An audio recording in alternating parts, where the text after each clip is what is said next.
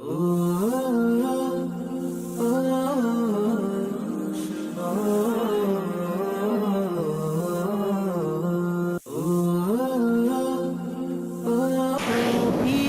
are watching Peace TV, the solution for humanity.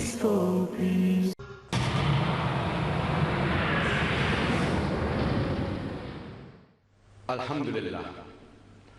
Wassalatu wassalam ala rasulillah wa ala alihi wa sahbihi ajma'in. Amma ba'd. A'udhu billahi minash shaitanir rajim. Bismillahir rahmanir rahim. Wa qul ja'al haqq wa zaqal batil. Innal batila kana zahuqa. Rabbi shrah li sadri wa yassir li amri wahlul 'uqdatam min lisani yafqahu qawli. সম্মানিত প্রধান অতিথি doctor Richard Haynes, doctor অমর Sinha, mister Krishna অর্চন চৌরাশিয়া, অন্যান্য অতিথি এবং আমার সম্মানিত ভাই ও বোনেরা, আমি আপনাদের সবাইকে ইসলামিক শুভেচ্ছার সাথে স্বাগতম জানাচ্ছি। আসসালামু আলাইকুম ওয়া রাহমাতুল্লাহি ওয়া বারাকাতুহু। আল্লাহ তাআলার অশেষ রহমত, বরকত ও শান্তি বর্ষিত হোক আপনাদের সকলের উপর। আজকের বিকেলের আলোচনার বিষয়বস্তু হচ্ছে সন্ত্রাসবাদ, জিহাদ এবং ইসলামিক প্রেক্ষাপট। আপনাদের অনেকেরই হয়তো জানা আছে যে সমগ্র বিশ্বে শতকরা 20 জনেরও বেশি লোক হচ্ছে মুসলমান, অর্থাৎ পৃথিবীর 1/5 লোক হচ্ছে মুসলমান। কিন্তু দুঃখের বিষয় এই যে ইসলাম এমন একটি ধর্ম যার সম্পর্কে আছে অনেক ভ্রান্ত ধারণা, আর যে ধর্মটা সম্পর্কে এই পৃথিবীর ম্যাক্সিমাম ধর্মের বেশিরভাগ মানুষের একটি ভ্রান্ত ধারণা আছে, সেই ধর্মটি হচ্ছে ইসলাম। তারপরও ইসলামের অনুসারীদের সংখ্যা বেড়েই চলেছে সর্বোচ্চ হারে। এইসব ভ্রান্ত ধারণার জন্ম নিয়েছে বিশেষ করে বিগত 2001 সালের 11 সেপ্টেম্বর থেকে। বর্তমানে 1 নম্বরে আছে যে ভ্রান্ত ধারণাটি, তা হলো ইসলামে সন্ত্রাস ও জিহাদ। যখন কোনো অমুসলিম তার সামনে কোনো মুসলমানকে দেখে, তখনই তার মাথায় একটি চিন্তা আসে, এই লোকটি কি প্রকৃত মুসলমান নাকি জঙ্গি সন্ত্রাসী। মৌলবাদী শব্দটির অর্থ কি? মৌলবাদী হচ্ছে এমন একজন ব্যক্তি যিনি বিশেষ কোনো বিষয়ের মৌলিকত্বকে কঠোরভাবে মেনে চলেন। উদাহরণস্বরূপ, যদি কোনো ডাক্তারকে ভালো ডাক্তার হতে হয়, তবে তাকে অবশ্যই চিকিৎসা শাস্ত্রের মৌলিকত্ব সম্পর্কে ভালোভাবে জানতে হবে। আর যদি সে একজন মৌলবাদী না হয়, তাহলে সে কখনোই ভালো ডাক্তার হতে পারবে না। একজন বিজ্ঞানীকে ভালো বিজ্ঞানী হতে হলে বিজ্ঞানের মৌলিক বিষয় সম্পর্কে তাকে ভালোভাবে জানতে হবে। আর যদি সে ভালোভাবে না জানে, তাহলে সে ভালো বিজ্ঞানী হতে পারবে না। একজন গণিতবিদের ক্ষেত্রেও বিষয়টি একই। গণিতবিদকেও একজন মৌলবাদী হতে হবে। যদি গণিত বিষয়ে তিনি মৌলবাদী না হন, তাহলে কখনোই তিনি ভালো গণিতবিদ হতে পারবেন না। আপনি সকল মৌলবাদীকে এক পাল্লায় ওজন দিতে পারেন না, কারণ ভালো আছে মন্দও আছে। তাদের মধ্যে থেকে মৌলবাদের বিষয়ের উপর ভিত্তি করে আপনাকে বিচার করতে হবে কে ভালো মানুষ আর কে খারাপ মানুষ। যেমন ধরুন,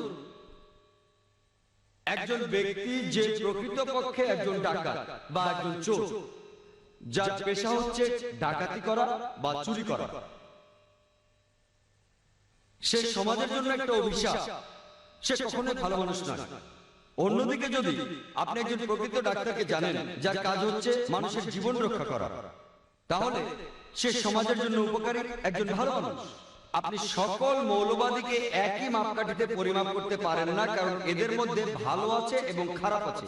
যার যার ক্ষেত্র অনুযায়ী মৌলবাদীদের পরিমাপ করা উচিত। আমি একজন মুসলমান মৌলবাদী হিসেবে গর্ববোধ করি, কারণ আমি জানি, আমি মানি এবং আমি ইসলামের মৌলিকত্বকে ঠিকভাবে পরিচর্যা করি। এবং আমি এও জানি যে ইসলামে এমন একটি মৌলিকত্ব নেই যা কখনো মানবতা বিরোধী হতে পারে। এবং আমি চ্যালেঞ্জ করতে পারি, এই পৃথিবীতে একটিও মানুষ পাওয়া যাবে না যে প্রমাণ দেখাতে পারবে ইসলামের মৌলিকত্ব মানবতা বিরোধী। এমন কিছু মানুষ আছে যারা মনে করে যে ইসলামের কিছু শিক্ষা এবং কোরআনের কিছু শিক্ষা মানবতা বিরোধী, কিন্তু আপনি যখন এর একটি প্রাসঙ্গিক ব্যাখ্যা করবেন, এর প্রেক্ষাপট তুলে ধরবেন, তখন একটি লোক আপনি খুঁজে পাবেন না যে বলবে ইসলামের মৌলিকত্বের মধ্যে মানবতা বিরোধী কিছু আছে। এই কারণে আমি গর্ব করে বলতে পারি যে আমি একজন মৌলবাদী মুসলমান, এবং আমি জোর দিয়ে বলতে পারি যে একজন হিন্দুকে হিন্দু ধর্মে পরিপূর্ণতা লাভ করতে হলে তার ধর্মে তাকে মৌলবাদী হতে হবে, নইলে সে পরিপূর্ণ হিন্দু নয়। একজন খ্রিস্টানকে খ্রিস্টান ধর্মে তার জীবনে পরিপূর্ণতা আনতে হলে তাকে খ্রিস্টান ধর্মে মৌলবাদী হতে হবে, নইলে সে ভালো খ্রিস্টান নয়। যদি আপনারা পড়েন ওয়েবস্টারের অভিধানটি, তাহলে জানতে পারবেন যে মৌলবাদ শব্দটি প্রথম আবিষ্কারের পর একদল আমেরিকান খ্রিস্টানের পরিচয়ের জন্য সেটি ব্যবহার হতো, যাতে বলা হতো প্রোটেস্ট্যান্ট খ্রিস্টান। সেটি বিংশ শতাব্দীর শুরুর দিকে, কারণ তারা গির্জার প্রতি আপত্তি জানায়। পূর্বে খ্রিস্টান গির্জায় এটা বিশ্বাস ছিল যে বাইবেলের আদেশ সব ছিল খোদা প্রদত্ত, কিন্তু প্রোটেস্ট্যান্ট খ্রিস্টানরা প্রতিবাদ করে এবং বলে যে শুধু বাইবেলের আদেশই নয়, আদেশ, শব্দ, বর্ণ সব খোদা প্রদত্ত।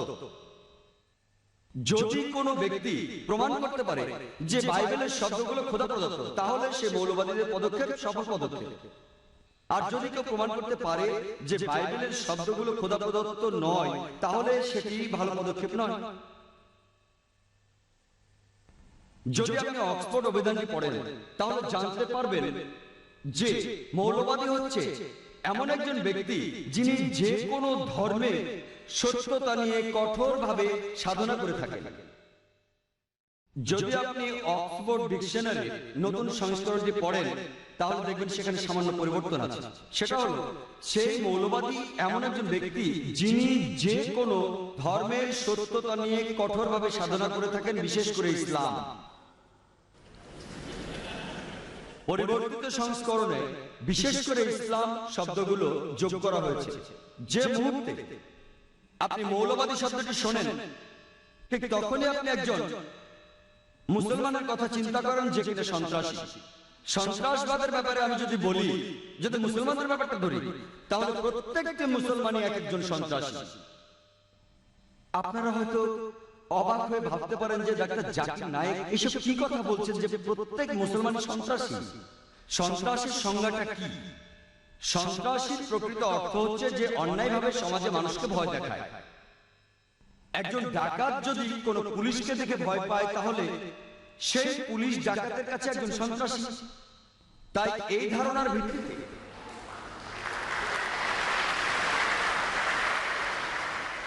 ধারণার ভিত্তিতে ডাকাতের কাছে প্রতিটি মুসলমানই এক একজন সন্ত্রাসী।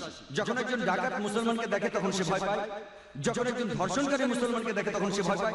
এইভাবে প্রতিটি অসামাজিক কার্যকলাপে প্রত্যেকটি মুসলমানের এক একজন সন্ত্রাসী হওয়া উচিত। আমি মনে করি সন্ত্রাসী শব্দটি এমন একজন ব্যক্তির ক্ষেত্রে প্রযোজ্য যে অন্য কোন নিরীহ ব্যক্তিকে ভয়ভীতি প্রদর্শন করে। এক্ষেত্রে কোন মুসলমান কোন নিরীহ ব্যক্তিকে ভয়ভীতি প্রদর্শন করে না।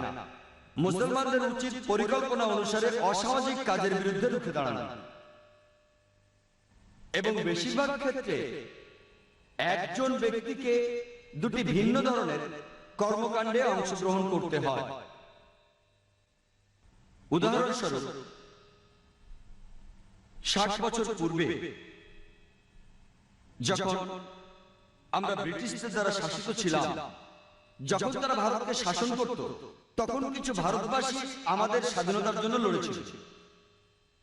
এই কতিপয় ভারতবাসী ব্রিটিশ সরকারের কাছে সন্ত্রাসী হিসেবে পরিচিত ছিল,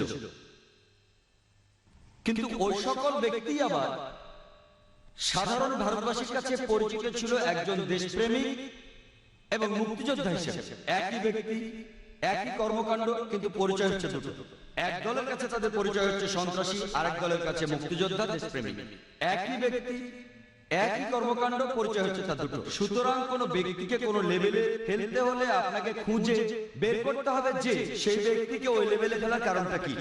যদি আপনি একমত হন ব্রিটিশ সরকারের সাথে যে ব্রিটিশদের এই ভারত শাসন করা উচিত, তাহলে আপনি ওই ব্যক্তিদের সন্ত্রাসী বলতেই পারেন।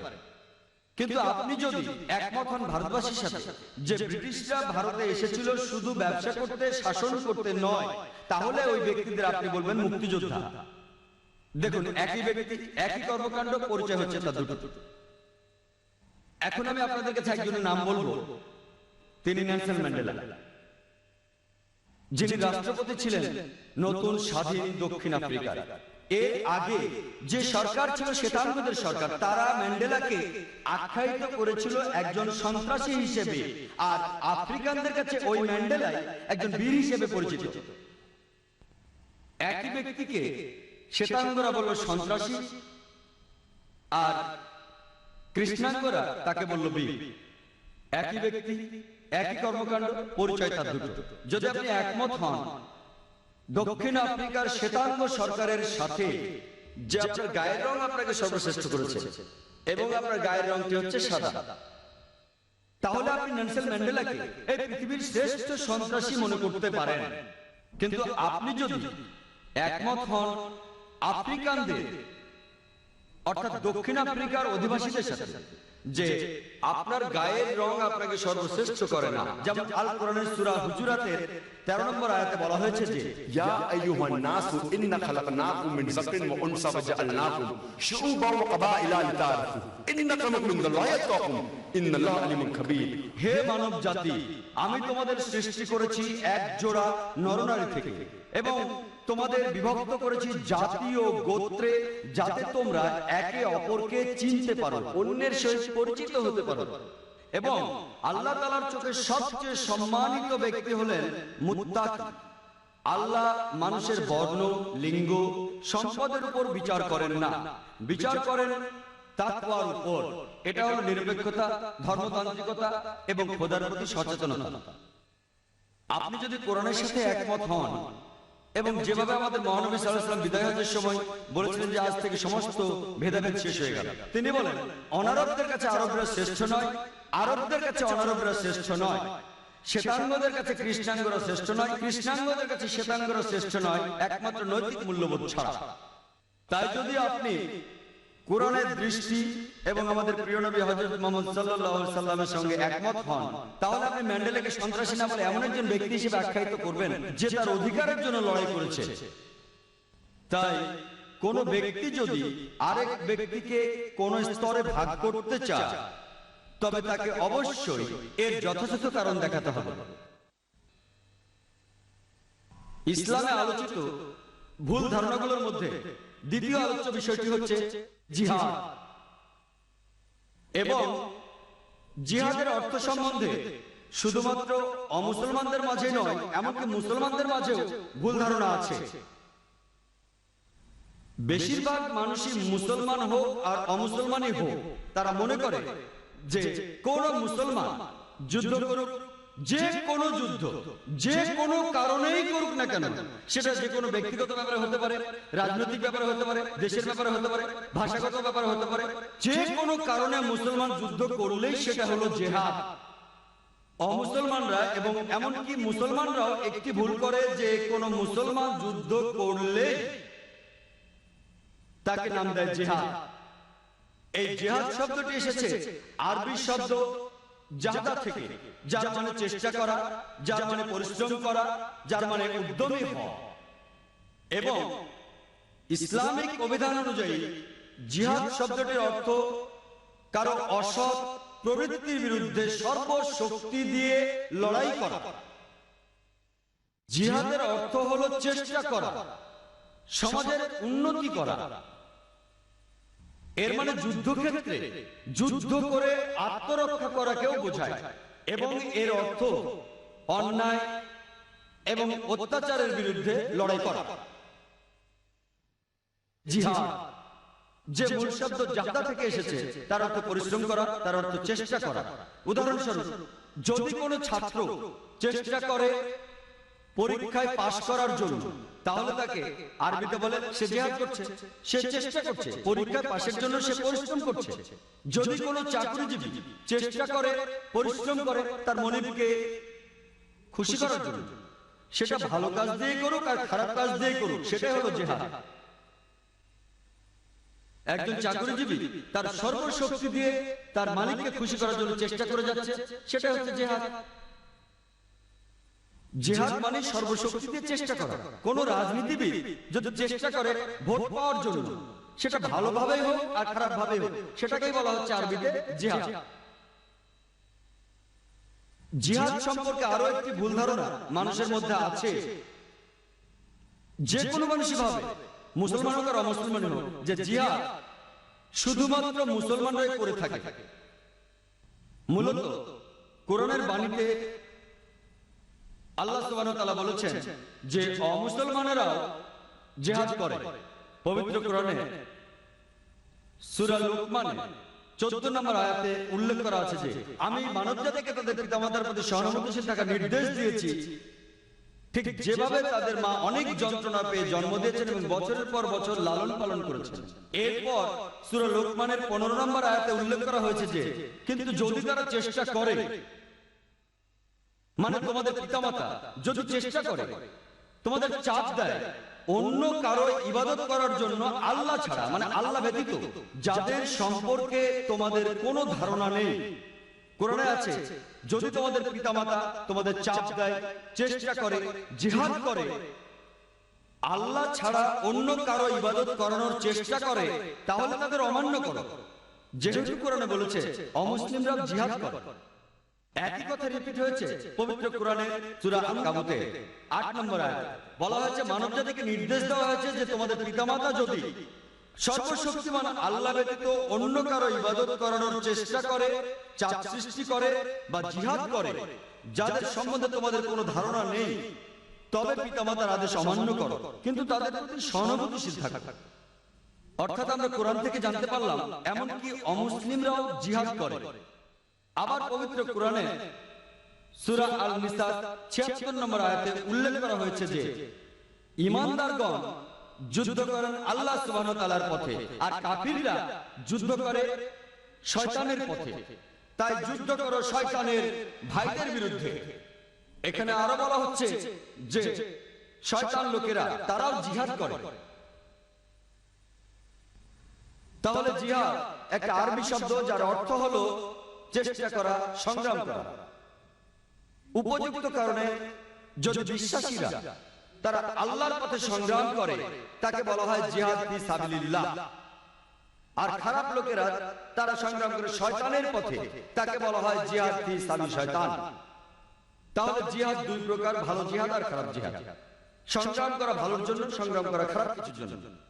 তবে ইসলামের নিয়ম অনুযায়ী যদি তেমন কিছু বলা না হয়, তখন ধরে নেওয়া হয় যে এই জিহাদ ভালো কিছুর জন্য, এই জিহাদ ফি সাবিলিল্লাহ, এই জিহাদ আল্লাহ সুবহানাহু ওয়া তাআলার পথে।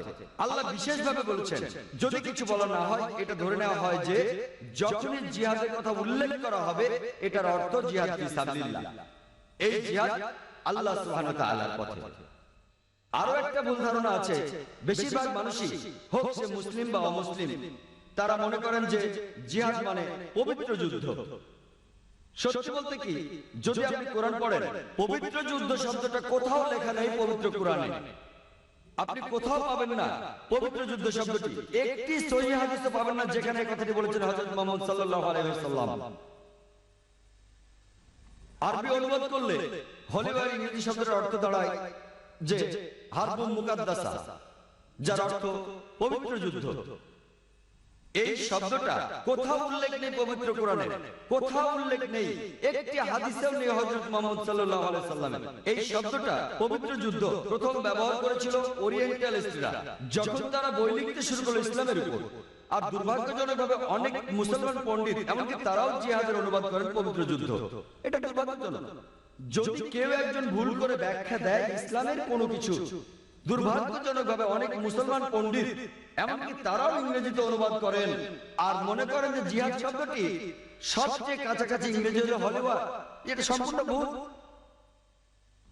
যে শব্দটার উল্লেখ আছে কোরআনে সেটা হলো যুদ্ধ, যার আরবি হলো কিতাল, যার অর্থ হত্যা করা। এবং এখানে যুদ্ধ দুই প্রকার, হত্যা করা দুই প্রকার, ভালোর জন্য যুদ্ধ, খারাপের জন্য যুদ্ধ। পবিত্র কোরআনে উল্লেখ আছে সূরা নিসার ৭৬ নম্বর আয়াতে যে বিশ্বাসীরা তারা যুদ্ধ করে আল্লাহ সুবহানাহু ওয়া তাআলার পথে, তারা যুদ্ধ করে আল্লাহ সুবহানাহু ওয়া তাআলার পথে, আর অবিশ্বাসীরা তারা যুদ্ধ করে শয়তানের পথে। তাহলে বিশ্বাসীরা তারা যুদ্ধ করে শয়তানের ভাইদের বিরুদ্ধে, তার অর্থ খারাপ লোকেরা তারা যুদ্ধ করে শয়তানের পথে, আর ভালো লোকেরা তারা যুদ্ধ করে মহান স্রষ্টার পথে। তাহলে জিহাদ কোনোভাবেই পবিত্র যুদ্ধ নয়। আর কিতালের অর্থ যুদ্ধ করা, কিতাল ফি সাবিলিল্লাহ অর্থ যুদ্ধ করা আল্লাহ সুবহানাহু ওয়া তাআলার পথে, আর কিতাল ফি সাবিল শয়তান অর্থ যুদ্ধ করা শয়তানের পথে। জিহাদ শব্দটা কোরআনে উল্লেখ করা হয়েছে অনেকবার বিভিন্ন প্রসঙ্গে। এই শব্দটা ব্যবহার করেছেন আমাদের প্রিয় নবী হযরত মুহাম্মদ সাল্লাল্লাহু আলাইহি ওয়াসাল্লাম নির্ভরযোগ্য অনেক হাদিসে। যদি আপনি কোরআন পড়েন, পবিত্র কোরআনের সূরা হাজের ৭৮ নম্বর আয়াতে উল্লেখ করা আছে যে চেষ্টা করো আল্লাহ সুবহানাহু ওয়া তাআলার পথে, যেভাবে চেষ্টা করা উচিত আন্তরিকভাবে আর নিয়মের সাথে। চেষ্টা করো আল্লাহ সুবহানাহু ওয়া তাআলার পথে আর যেভাবে তোমার চেষ্টা করা উচিত। পবিত্র কোরআনে সূরা তাওবার ২০ নম্বর আয়াতে উল্লেখ আছে যে সেই সব বিশ্বাসীদের জন্য যারা হিজরত করে আর চেষ্টা করে শক্তি আর বুদ্ধি দিয়ে আল্লাহ সুবহানাহু ওয়া তাআলার পথে, তাদের শরীর, সম্পদ আর সম্পত্তি দিয়ে। এই লোকগুলোই হচ্ছে তারা যারা সর্বোচ্চ পুরস্কার পাবে পরবর্তী জীবনে, জাহান্নামের আগুন থেকে তারা মুক্তি পাবে। এর অর্থ হচ্ছে এখানে বলা হয়েছে যে সেই সব লোক যারা হিজরত করে, তারা যদি সংগ্রাম করে, যদি জিহাদ করে, যদি চেষ্টা করে সর্বশক্তিমান আল্লাহর পথে, ভালো কাজ করে, যাবতীয় সম্পদ দিয়ে, স্বাস্থ্য দিয়ে, অর্থ দিয়ে, সময় দিয়ে, এই লোকগুলোর সর্বোচ্চ সম্মান পাবে পরবর্তী জীবনে এবং তারা বেহেশতে যাবে। একই কথার উল্লেখ আছে আমাদের প্রিয় নবী হযরত মুহাম্মদ সাল্লাল্লাহু আলাইহি সাল্লামের হাদিসে, সহিহ বুখারীর ৪র্থ খণ্ডে ৪৬ নম্বর হাদিসে আমাদের প্রিয় নবী হযরত মুহাম্মদ সাল্লাল্লাহু আলাইহি সাল্লাম বলেছেন যে একজন মুজাহিদ যে চেষ্টা করে আল্লাহ তাআলার পথে, আর আল্লাহ নিজেই জানেন কোন মানুষটা জিহাদ করে তার পথে আন্তরিকতার সাথে। যেমন একজন মানুষ যিনি নিয়মিত রোজা রাখেন আর নামাজ পড়েন, আর যদি কোনো ব্যক্তি যে একজন মুজাহিদ আল্লাহর পথে চেষ্টা করেন, তিনি যদি নিহত হন তিনি বেহেশতে যাবেন, আর যদি তিনি ফিরে আসেন তিনি আসবেন বড় কোনো পুরস্কার নিয়ে আর গনিমতের মাল নিয়ে। জিহাদ শব্দটা পবিত্র কোরআনে বেশ কিছু জায়গায় উল্লেখ করা হয়েছে। আল্লাহ সুবহানাহু ওয়া তাআলা কোরআনে সূরা আনকাবুতে ৬ নম্বর আয়াতে বলেছেন, সেখানে আছে যে চেষ্টা করো আল্লাহ সুবহানাহু ওয়া তাআলার পথে, যেভাবে তোমার চেষ্টা করা উচিত। কিন্তু আল্লাহ সুবহানাহু ওয়া তাআলার কোনো অভাব নেই। তার মানে তুমি যদি চেষ্টা করো আল্লাহ সুবহানাহু ওয়া তাআলার পথে, তুমি নিজের জন্যই চেষ্টা করছো, কারণ আল্লাহ সুবহানাহু ওয়া তাআলা সৃষ্টিকর্তা, তার কোনো অভাব নেই। এটা নির্দেশ করছে যদি আপনি চেষ্টা করেন সর্বশক্তিমান স্রষ্টার পথে, সেটা আপনার নিজের ভালোর জন্য। এটা সর্বশক্তিমান স্রষ্টার ভালোর জন্য নয়, কারণ তিনি তার সৃষ্টির কোনো কিছুর উপর নির্ভরশীল নন, তিনি স্বনির্ভর, অন্য কারো সাহায্যের তার প্রয়োজন নেই। যদি আপনি চেষ্টা করেন, এখানে বলা হচ্ছে সেটা আপনার ভালোর জন্য। আল্লাহ পবিত্র কোরআনে সূরা তাওবার ২৪ নম্বর আয়াতে উল্লেখ করেছেন যে কুল ইন কান আবাউকুম, যদি সে তোমার বাবা হয়, ওয়া আবনাউকুম, অথবা তোমার সন্তান, ওয়া ইখওয়ানুকুম, অথবা ভাই, ওয়া আজওয়াজুকুম, অথবা তোমার সঙ্গী, স্বামী বা স্ত্রী, ওয়া আশিরাতুকুম, অথবা আত্মীয় স্বজন, ওয়া আমওয়ালুন ইকতারাফতুমুহা, ওয়া তিজারাতুন তাখশাউনা কাসাদাহা, ওয়া মাসাকিনু তারজাউনাহা, যে সম্পদ তুমি জমিয়েছো, যে ব্যবসা তুমি পরিচালনা করো, যে ঘরে তুমি বাস করো। আল্লাহ বলেছেন তোমার যা কিছু গুরুত্বপূর্ণ, তোমার বাবা, তোমার সন্তান, তোমার ভাই, তোমার স্বামী বা স্ত্রী, তোমার আত্মীয় স্বজন, যে সম্পদ তুমি জমিয়েছো, যে ব্যবসা দিয়ে তুমি রোজগার করো, যে ঘরে তুমি বাস করো, তোমার কাছে আর কি গুরুত্বপূর্ণ? আল্লাহ আরো বলছেন, আহাব্বা ইলাইকুম মিনাল্লাহি ওয়া রাসূলিহি ওয়া জিহাদিন ফি সাবিলিহি। তুমি যদি এই 8টা জিনিসকে বেশি ভালোবাসো, আল্লাহ থেকে, তার নবী থেকে, এবং আল্লাহ সুবহানাহু ওয়া তাআলার পথে জিহাদ করো। জিহাদ শব্দটা আবার এখানে এসেছে, বলা হয়েছে যদি তুমি 8টা জিনিসকে বেশি ভালোবাসো সর্বশক্তিমান আল্লাহর থেকে, আল্লাহর প্রেরিত নবী থেকে, আর যদি তুমি জিহাদ করো, যদি সংগ্রাম করো আল্লাহ সুবহানাহু ওয়া তাআলার পথে, তাহলে হাত্তা ইয়াতি আল্লাহু বিআমরি ওয়াল্লাহু লা ইউহিব্বুল ফাসিকিন। অপেক্ষা করো যতক্ষণ আল্লাহ তোমার ব্যাপারে সিদ্ধান্ত না নেন, অপেক্ষা করো যতক্ষণ আল্লাহ তোমাকে ধ্বংস না করেন, ওয়াল্লাহু লা ইউহিব্বুল ফাসিকিন। এবং আল্লাহ ফাসিক লোকদের পথ দেখান না। আল্লাহ বলছেন যদি তুমি এই 8টা জিনিসকে বেশি ভালোবাসো আল্লাহর থেকে, সর্বশক্তিমান স্রষ্টার থেকে, তার প্রেরিত নবী থেকে, এবং চেষ্টা করো আল্লাহ সুবহানাহু ওয়া তাআলার পথে, তাহলে অপেক্ষা করো যতক্ষণ আল্লাহ তোমার ব্যাপারে সিদ্ধান্ত না নেন। আর আল্লাহ ফাসিক এবং অবাধ্য লোকদের পথ দেখান না। আর আপনি অনেক হাদিস পাবেন আমাদের প্রিয় নবী হযরত মুহাম্মদ সাল্লাল্লাহু আলাইহি ওয়াসাল্লাম তিনি জিহাদ সম্পর্কে বলেছেন। এটা উল্লেখ করা আছে সহিহ বুখারীর 4th খণ্ডের হাদিস নাম্বার 2784 তে। এখানে বলা হয়েছে হযরত আয়েশা রাদিয়াল্লাহু তাআলা আনহা, তিনি হযরত মুহাম্মদ সাল্লাল্লাহু আলাইহি ওয়াসাল্লামের স্ত্রী, জিজ্ঞেস করলেন হযরত মুহাম্মদ সাল্লাল্লাহু আলাইহি ওয়াসাল্লামকে আমাদের কি জিহাদে যাওয়া উচিত নয়? এবং মহানবী সাল্লাল্লাহু আলাইহি ওয়াসাল্লাম বললেন তোমাদের জন্য সর্বশ্রেষ্ঠ জিহাদ হলো একটি নির্ভুল হজ। অন্য আরেকটি জায়গায় এটার উল্লেখ আছে সহিহ বুখারীর 5792 নম্বর হাদিসে, যে একজন লোক মহানবী সাল্লাল্লাহু আলাইহি ওয়াসাল্লামের কাছে আসলো এবং বলল যে আমার কি জিহাদে যাওয়া উচিত? আর এখানে জিহাদ সংগ্রাম করা বলতে বোঝানো হচ্ছে খারাপ লোকদের বিরুদ্ধে যুদ্ধ করা। তো লোকটা জিজ্ঞেস করলো আমার কি জিহাদে যাওয়া উচিত খারাপ লোকদের বিরুদ্ধে যুদ্ধ করতে? তখন হযরত মুহাম্মদ সাল্লাল্লাহু আলাইহি ওয়াসাল্লাম জিজ্ঞেস করলেন তোমার কি বাবা মা আছেন? লোকটা বলল আছে। মহানবী সাল্লাল্লাহু আলাইহি ওয়াসাল্লাম বললেন তোমার জন্য সর্বশ্রেষ্ঠ জিহাদ হলো তোমার বাবা মায়ের সেবা করা। অন্য আরেকটি জায়গায় যেটা উল্লেখ আছে সুনান নিসাইতে হাদিস নাম্বার 4209, যে এক লোক মহানবী সাল্লাল্লাহু আলাইহি ওয়াসাল্লামকে জিজ্ঞেস করলো কোন জিহাদটি সর্বশ্রেষ্ঠ জিহাদ, এবং তিনি বললেন শ্রেষ্ঠ জিহাদ হচ্ছে সেই জিহাদ সব সময় সত্য কথা বলতে হবে অত্যাচারী শাসকের বিরুদ্ধে। এখানে আপনারা দেখলেন যে বিভিন্ন পরিস্থিতির কারণে সর্বশ্রেষ্ঠ জিহাদ, The best type of struggling keeps on differing. কোন সময় মহানবী বলেছেন শ্রেষ্ঠ জিহাদ হলো সঠিক নিয়মে হজ করা, That is the perfect pilgrimage. আরেক জায়গায় মহানবী বলেছেন শ্রেষ্ঠ জিহাদ হলো তোমার বাবা মায়ের সেবা করা। অন্য আরেক জায়গায় মহানবী বলেছেন শ্রেষ্ঠ জিহাদ, শ্রেষ্ঠ সংগ্রাম, শ্রেষ্ঠ প্রচেষ্টা হলো সত্যি কথা বলা অত্যাচারী শাসকের বিরুদ্ধে। এবং প্রিয় নবী মুহাম্মদ সাল্লাল্লাহু আলাইহি ওয়াসাল্লাম বলেছেন, এটার উল্লেখ আছে সহিহ ইবনে হাব্বানে, যে মহানবী বলেছেন একজন মুজাহিদ যে চেষ্টা করে, একজন মুজাহিদ সেই ব্যক্তি যে চেষ্টা করে নিজের বিরুদ্ধে যুদ্ধ করে আল্লাহ সুবহানাহু ওয়া তাআলার কারণে, এবং আরেকজন মুহাজির যে দেশ ত্যাগ করে, হিজরত করে মন্দ থেকে ভালোর দিকে। এখানে আপনি পাবেন যে জিহাদ বিভিন্ন প্রসঙ্গে ব্যবহার করা হয়েছে, আর পরিস্থিতির উপর নির্ভর করে সর্বশ্রেষ্ঠ জিহাদ বিভিন্ন রকম হয়েছে। তাহলে জিহাদ সম্পর্কে ধারণা পেতে গেলে আপনাকে পড়তে হবে ইসলামের ধর্মগ্রন্থগুলি, অর্থাৎ পবিত্র কোরআন এবং সহিহ হাদিস মহানবী সাল্লাল্লাহু আলাইহি ওয়াসাল্লামের। এবং এখানে আমরা দেখতে পাই পবিত্র কোরআনে আল্লাহ সুবহানাহু ওয়া তাআলা বলছেন সূরা বাকারার 208 নম্বর আয়াতে উল্লেখ করা আছে, বলা হয়েছে যে Ya ayyuhallazina amanu udkhulu fis-silmi kaffa. ও তুমি বিশ্বাস করো ইসলামের জগতে প্রবেশ করো সমস্ত অন্তর দিয়ে, এবং অনুসরণ করো না খুতওয়াতুন শয়তান, শয়তানের দেখানো পথ। এখানে আল্লাহ নির্দিষ্ট করে বলেছেন যে ও তুমি বিশ্বাস করো, ও বিশ্বাসীরা অনুসরণ করো না শয়তানের দেখানো পথ। অনেক জায়গায় কোরআন বলছে শয়তানকে অনুসরণ করো না, কিন্তু এখানে আল্লাহ বলছেন অনুসরণ করো না শয়তানের দেখানো পথ। এখানে কি কোনো পার্থক্য আছে শয়তান আর শয়তানের দেখানো পথের মধ্যে? কেন আল্লাহ সুবহানাহু ওয়া তাআলা শব্দগুলি বদলালেন? এটার কারণ হলো কারো যদি সামান্যতম ঈমান থাকে, বিশ্বাস থাকে, উদাহরণস্বরূপ বলা যায় যদি কোনো যুবতী মেয়ে আসে এবং তাকে বলে যে চলো আমরা রাতে একসাথে থাকি, যেহেতু লোকটার বিশ্বাস আছে তাই সে বলবে না, কখনোই না, এটা সম্পূর্ণ নিষিদ্ধ, এটা গুনাহ এবং সে এটা করবে না।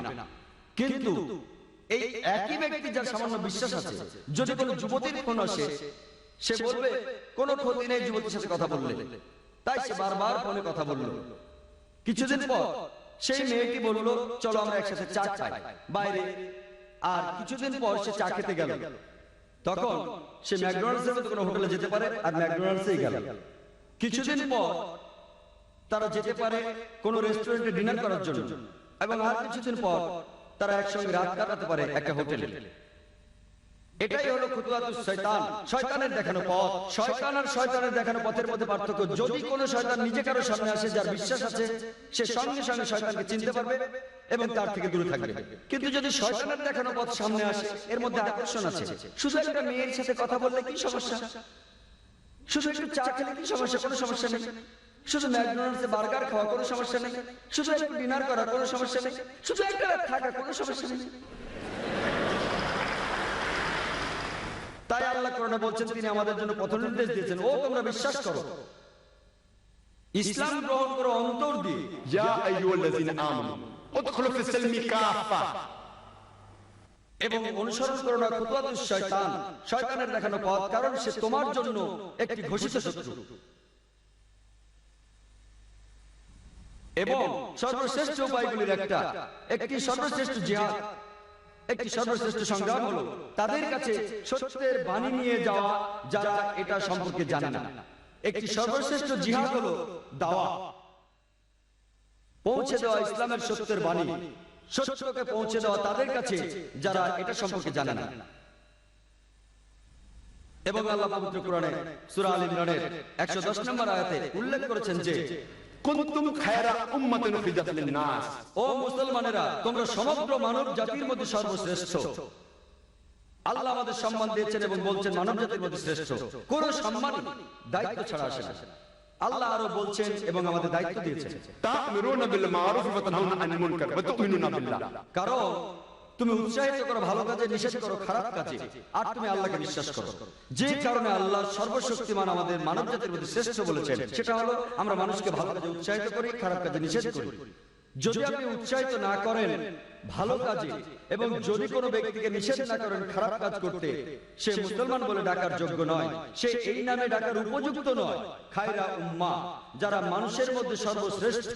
তাই যে কারণে আমাদের এই সম্মান দেওয়া হয়েছে তা হলো ভালো কাজে মানুষকে উৎসাহিত করা এবং খারাপ কাজে নিষেধ করা। আর আমি শুরু করেছিলাম পবিত্র কোরআনের একটি আয়াত দিয়ে। সূরা ইসরার 81 নম্বর আয়াতে উল্লেখ আছে যে ওয়াকুল জাল হক ওয়া যাকাল বাতিল ইন্নাল বাতিলা কানা যাহুকা, যখন সত্যকে মিথ্যের মতো শোনায়, মিথ্যে ধ্বংস হয়, কারণ মিথ্যে তার নিজের কারণে নিজে ধ্বংস হতে বাধ্য। এটা একটা কর্তব্য প্রত্যেক মানুষের জন্য। তার উচিত হবে সত্যটা পৌঁছে দেয়া তাদের কাছে যারা এটা সম্পর্কে কিছুই জানে না। এটাই কারণ একটি প্রধান শর্ত, যে কোনো মানুষের বেহেশত পেতে হলে কিছু শর্ত পবিত্র কোরআনে সূরা আল আসরের 1 থেকে 3 নম্বর আয়াতে উল্লেখ করা হয়েছে যে ওয়াল আসর ইন্নাল ইনসানা লাফি খুসর ইল্লাল্লাযিনা আমানু ওয়া আমিলুস সলিহাতি ওয়া তাওয়াসাউ বিল হক ওয়া তাওয়াসাউ বিস সাবর। সময়ের সাথে সাথে সবকিছুই হারিয়ে যাবে, শুধু থাকবে যাদের বিশ্বাস আছে, যারা ভালো কাজ করে, যারা মানুষকে সত্যের পথে নিয়ে আসে এবং যারা মানুষকে ধৈর্য ও অধ্যবসায়ের পথে নিয়ে আসে।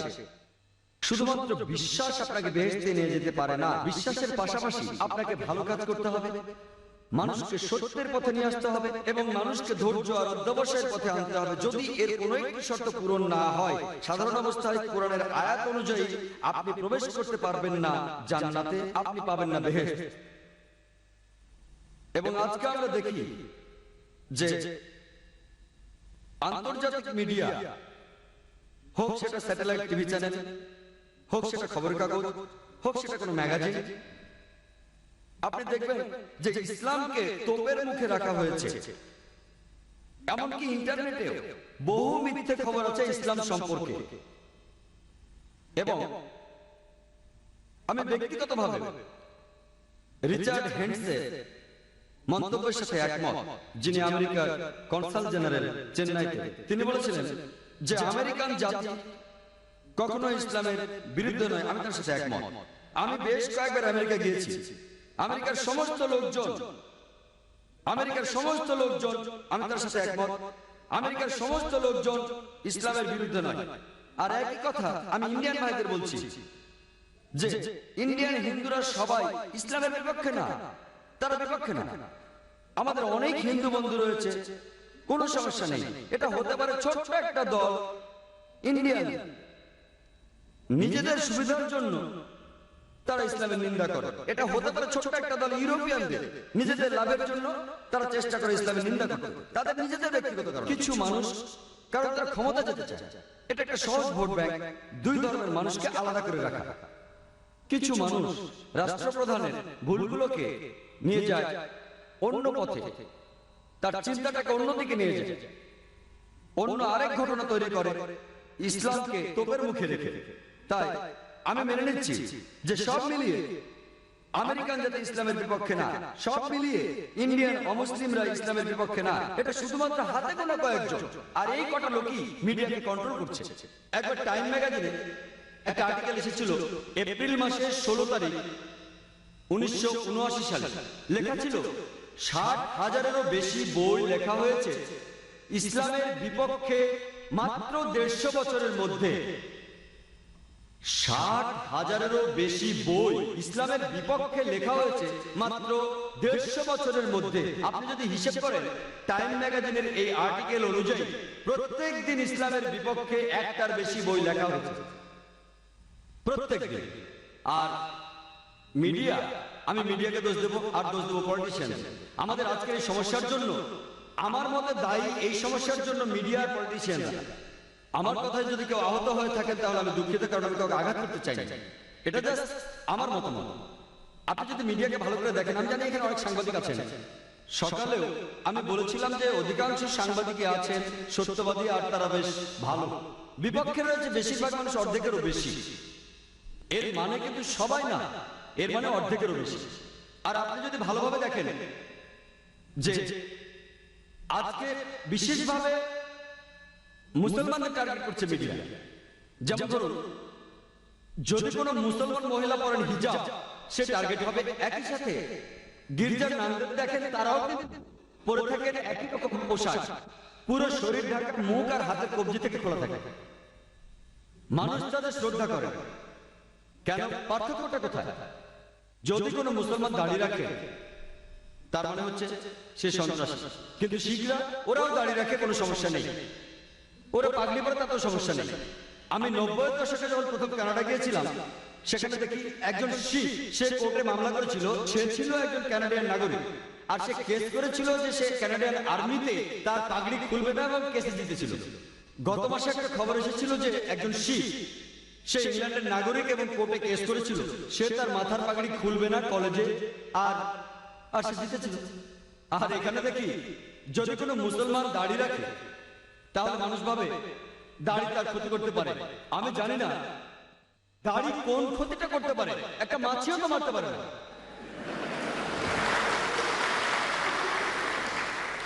একটা টুপি কি ক্ষতি করতে পারে? কেউ কোনো অস্ত্র নিয়ে ঘুরে বেড়াচ্ছে, তাকে অ্যারেস্ট করুন, ভালো কথা। কেউ সন্দেহজনক কিছু নিয়ে বেড়াচ্ছে, তাকে প্রশ্ন করুন, ভালো কথা। কিন্তু চিন্তা করুন, দাড়ি একটা মাছিরও কিছু করতে পারে না। আর যদি ভালো করে দেখেন, বেশিরভাগ ধর্মেরই ধার্মিক লোকদের দাড়ি আছে। যিশু খ্রিস্ট, যিনি ইসলাম ধর্মেরও একজন নবী, আবার অনেক খ্রিস্টানেরা উনাকে মনে করে তাদের সৃষ্টিকর্তা, উনারও দাড়ি ছিল। সব সাধু সন্ন্যাসীদেরও দাড়ি আছে। বেশিরভাগ ধর্মে গুরুত্বপূর্ণ লোকদের, মানে বেশিরভাগ ধার্মিক লোকদের, যদি ধর্মগুলো একটু ভালো করে দেখেন, উপরের সারির দিকে তাদেরও দাড়ি আছে। তাহলে দাড়ি থাকলে সমস্যা কি? আসলে কোনো সমস্যাই নেই। এটা হচ্ছে মিডিয়ার এক ধরনের প্রতারণা। এটা আসলে মিডিয়া বানিয়ে মুসলমানদের টার্গেট করাচ্ছে। আর এর ফলে এখনকার পৃথিবীর অবস্থা হচ্ছে যে ইসলাম সম্পর্কে একটা ভুল ধারণা আছে, এবং মুসলমানদেরও দোষ দেব যে আমরা তাদের কাছে সত্যি কথাটা পৌঁছে দিতে পারছি না, একেবারে পারছি না। এদিকে কোরআনের বেশ কিছু আয়াত প্রসঙ্গ ছাড়া উল্লেখ করা হয়েছে। আর কোরআনের একটা বিখ্যাত আয়াত, যেখানে সমালোচকরা বলছে যে কোরআন বলছে যদি কোনো অমুসলিমকে দেখো তাকে মেরে ফেলো। আর ইন্ডিয়ার একজন বিখ্যাত সমালোচক, যার নাম অরুণ সুরি, তিনি একটা বই লিখেছেন এ ওয়ার্ড অফ ফতোয়া। তিনি কোরআনের উদ্ধৃতিতে লিখেছেন সূরা তাওবার 5 নম্বর আয়াতে উল্লেখ আছে, তার মধ্যে কোরআন বলছে যদি কোনো কাফেরের সাথে দেখা হয়, ব্র্যাকেটের মধ্যে হিন্দু, যদি কোনো কাফেরের সাথে দেখা হয় ব্র্যাকেটে হিন্দু, তাকে মেরে ফেলো, তার বিরুদ্ধে যুদ্ধের সব প্রস্তুতি নিয়ে রাখো।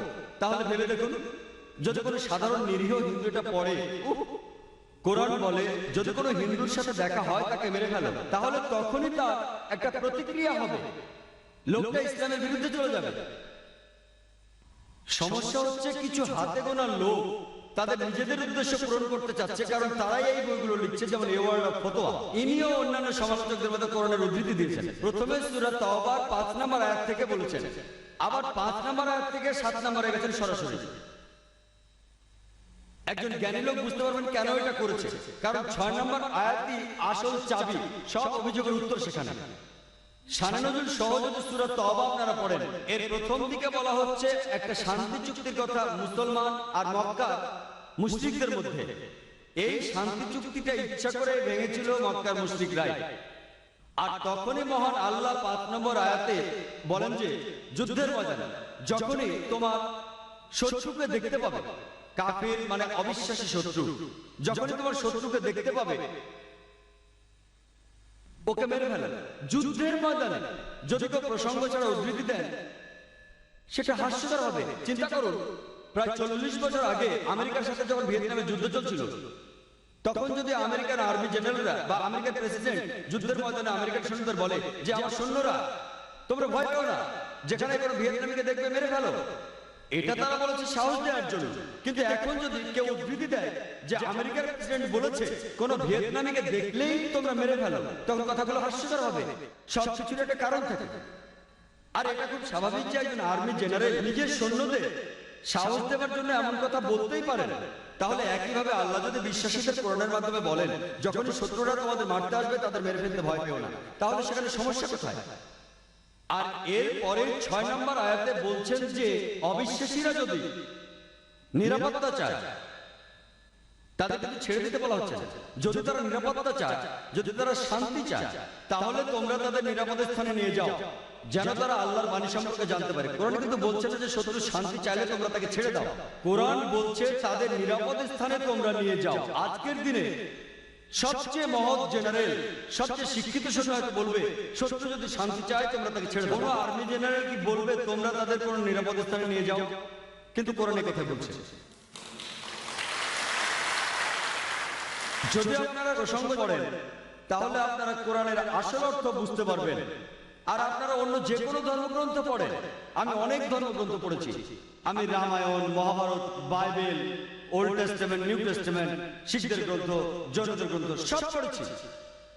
আর আপনারা দেখতে পাবেন যে প্রায় সবগুলো ধর্মগ্রন্থে কোন না কোন জায়গায় যুদ্ধের কথা বলা হচ্ছে, হত্যা করার কথা বলা হচ্ছে। আমি উদ্ধৃতি দিতে পারি, বাইবেল পড়লে দেখবেন এক্সোডাসের গ্রন্থে ওল্ড টেস্টামেন্টের অধ্যায় 22 অনুচ্ছেদ 18 থেকে 20 বলেছে হত্যা করো। এক্সোডাসের 32 নম্বর অধ্যায় বলছে হত্যা করো। নাম্বারস বলছে হত্যা করো। নিউ টেস্টামেন্টে লুকের গসপেল সেখানে বলা হচ্ছে হত্যা করো। যিশু খ্রিস্টের গল্পটা হয়তো আপনারা জানেন। তিনি যখন গেতসেমানির বাগানে গিয়ে এক সৈন্যকে বললেন তোমাদের তরবারি বের করো, আর সৈন্যটা তখন তার তরবারি দিয়ে বাতাস কাটতে লাগলো। বুঝতেই পারছেন বেশিরভাগ ধর্মগ্রন্থে যুদ্ধকে অনুমোদন দেওয়া হয়েছে। যদি হিন্দু ধর্মগ্রন্থ পড়েন, মহাভারত তার মধ্যে একটা, তাই নয় কি? ভগবত গীতা 2 নম্বর অধ্যায়ে আছে। আপনারা জানেন অর্জুনের খুব মন খারাপ যে তাকে তার আত্মীয়দের সাথে যুদ্ধ করতে হবে। অর্জুন বলছে কিভাবে আমার আত্মীয়দের এখানে হাজার হাজার মানুষের সামনে আমি হত্যা করব, কিভাবে আমি তাদের হত্যা করব? তাহলে এই অর্জুনকে তখন উপদেশ দিলেন তার ভগবান কৃষ্ণ। আর ভগবান কৃষ্ণ তাকে বললেন সত্যই সবচেয়ে বড়, আর তুমি যখন সত্যের পক্ষে তখন তোমার শত্রুকে সেটা বড় কথা নয়, হোক তার আত্মীয় বা অন্য কিছু। আর কথাটা ঠিক, সত্যের জায়গা হচ্ছে অনেক উপরে রক্তের সম্পর্কের চেয়ে। একই কথা পবিত্র কোরআনের সূরা নিসা 135 নম্বর আয়াতে বলা হয়েছে যে ইয়া আইয়ুহাল্লাযিনা আমানু, ও বিশ্বাসীরা সুবিচারের পক্ষে শক্ত হয়ে দাঁড়াও, সৃষ্টিকর্তার পক্ষে দাঁড়াও। এমনকি যদি তোমার বিপক্ষেও যায়, তোমার বাবা মার বিপক্ষে যায়, ধনী বা গরিবের বিপক্ষে যায়, নিশ্চয়ই আল্লাহ রক্ষাকারী। যদি আপনারা অন্যান্য ধর্মগ্রন্থগুলো পড়েন, প্রায় সব গ্রন্থে কোথাও না কোথাও কোনো না কোনো সময়ে যুদ্ধের কথা বলা হয়েছে।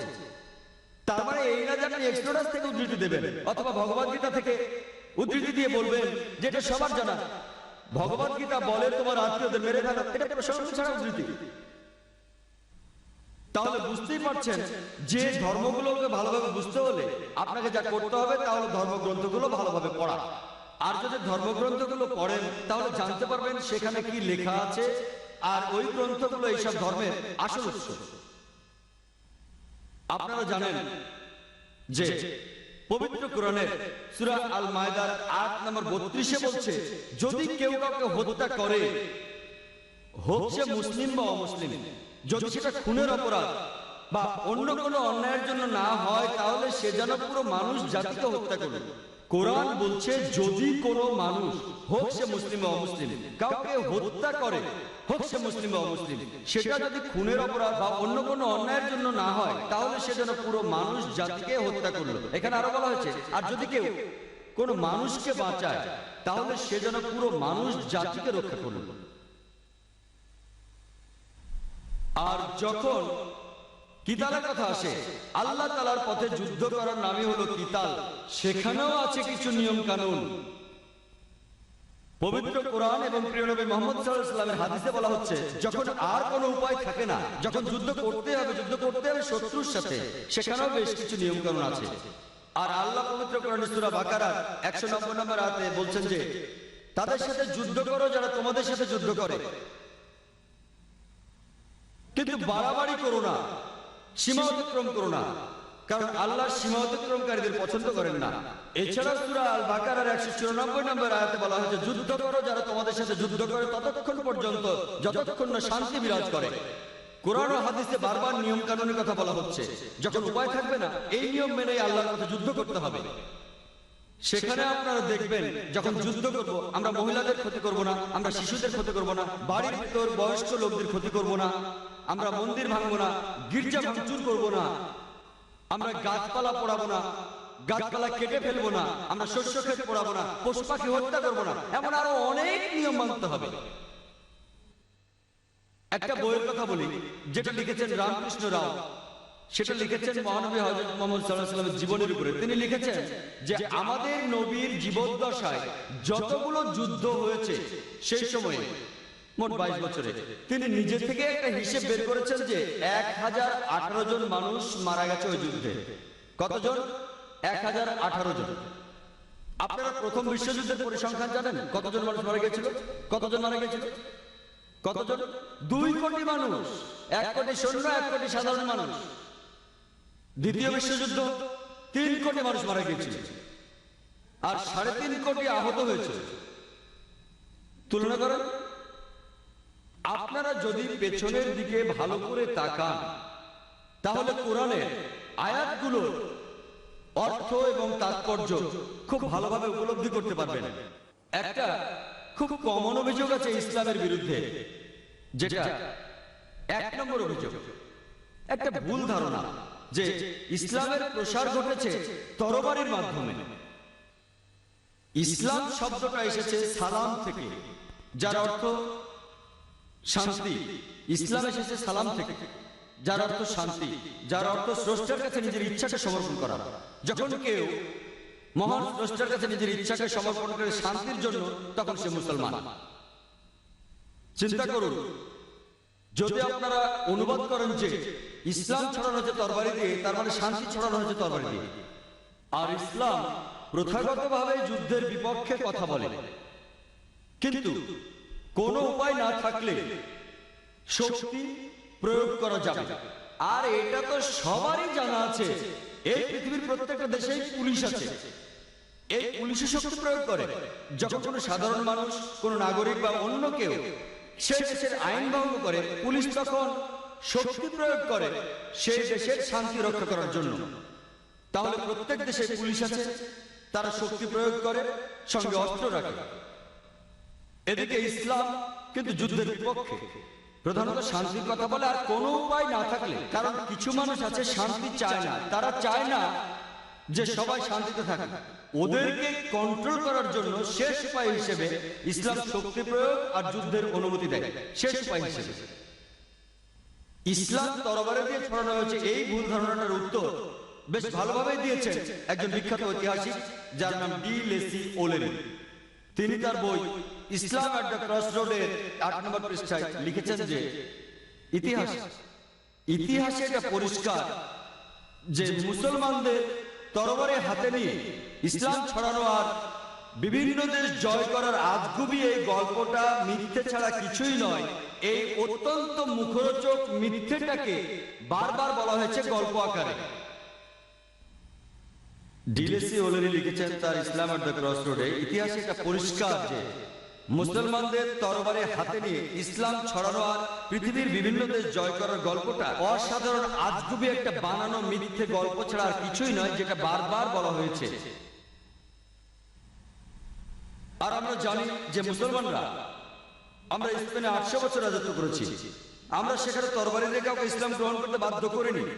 পরবর্তীতে ক্রুসেডরা এসে যখন মুসলমানদের সরিয়ে দিল, সেই সময় একজন মুসলমানও প্রকাশ্যে আজান দিতে পারত না। মুসলমানরা মানে আমরা গত 1400 বছর ধরে আরব বিশ্বে রাজত্ব করছি। কিছু সময় ব্রিটিশ শাসন করেছে, কিছু সময় ফ্রেঞ্চ শাসন করেছে। এই সময়টা বাদে পুরো 1400 বছর ধরে মুসলমানরা আরব বিশ্বে রাজত্ব করছে। আর এখন এই আরব বিশ্বে প্রায় 1.5 কোটিরও বেশি লোক হলো কপ্টিক খ্রিস্টান। কপ্টিক খ্রিস্টান মানে যারা বংশ পরম্পরায় খ্রিস্টান। আরবের এই 1.5 কোটি কপ্টিক খ্রিস্টানরা এর সাক্ষী আছে, এরা সাক্ষ্য দিচ্ছে যে ইসলামের প্রসার তরবারি দিয়ে হয়নি। মুসলমানরা ইন্ডিয়া শাসন করেছে প্রায় 1000 বছর। যদি তারা চাইতো তাহলে প্রত্যেক ইন্ডিয়ানকে তরবারির মুখে ইসলাম গ্রহণে বাধ্য করত। আজকে 1000 বছর পরেও ইন্ডিয়ার শতকরা 80 জন লোক মুসলমান নয়। এই 80% অমুসলিম ইন্ডিয়ান এরা সাক্ষ্য দেবে যে ইসলাম তরবারির মুখে প্রসার লাভ করেনি। কোন মুসলমান আর্মি মালয়েশিয়া জয় করতে গিয়েছিল? মালয়েশিয়াতে শতকরা 50 ভাগেরও বেশি মানুষ মুসলমান। কোন মুসলমান আর্মি ইন্দোনেশিয়াতে গিয়েছিল? ইন্দোনেশিয়ায় মুসলমানের সংখ্যা পৃথিবীর সবচেয়ে বেশি। কোন মুসলমান আর্মি আফ্রিকার পূর্ব উপকূলে গিয়েছিল? কোন মুসলমান আর্মি? কোন তরবারি? থমাস কার্লাইনের একটা উত্তর দিয়েছেন। তিনি একজন বিখ্যাত ঐতিহাসিক ইউরোপে, আর তিনি বলেছেন কোন তরবারি? তোমার তরবারি থাকতে হবে। প্রত্যেকটা নতুন ধারণায় একজনের মনে জন্ম নেয়, একজন মানুষের মাথায় জন্ম নেয়। একজন পুরো পৃথিবীর বিপক্ষে, একজন সব মানুষের বিরুদ্ধে। তখন যদি কেউ তরবারি দিয়ে সেটা ছড়াতে চায়, খুব একটা লাভ হবে না। প্রথমে একটা তরবারি থাকতে হবে।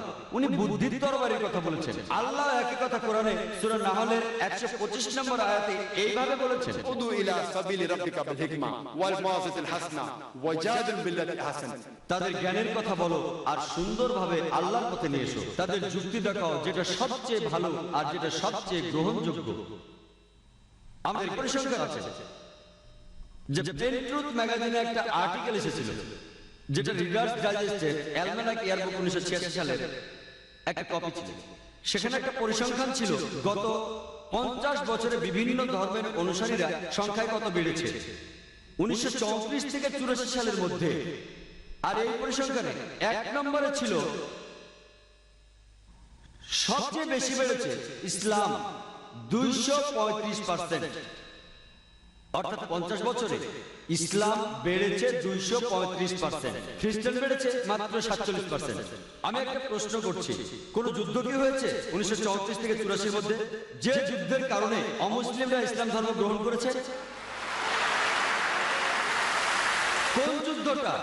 এখন আমেরিকার সবচেয়ে জনপ্রিয় ধর্ম হচ্ছে ইসলাম, ইংল্যান্ডের সবচেয়ে জনপ্রিয় ধর্ম ইসলাম।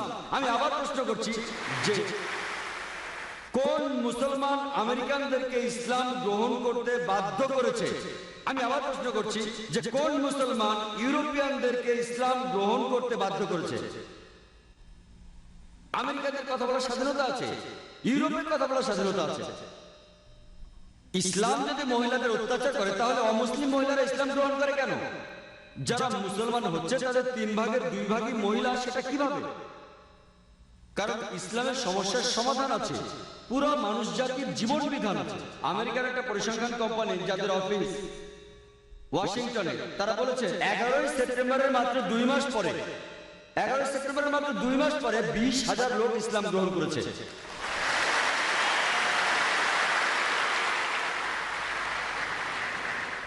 এবং 9 সেপ্টেম্বর সেখান থেকে চলে যায় মাত্র 2 দিন আগে, না হলে হয়তো আমাকে আপনারা দেখতেন। আমি তখন ছিলাম ইংল্যান্ডে। আর 11 সেপ্টেম্বর পরে মাত্র 5-6 মাসের মধ্যে আমাকে 3-4 বার ডাকা হয়েছে সন্ত্রাসবাদের উপর কথা বলার জন্য।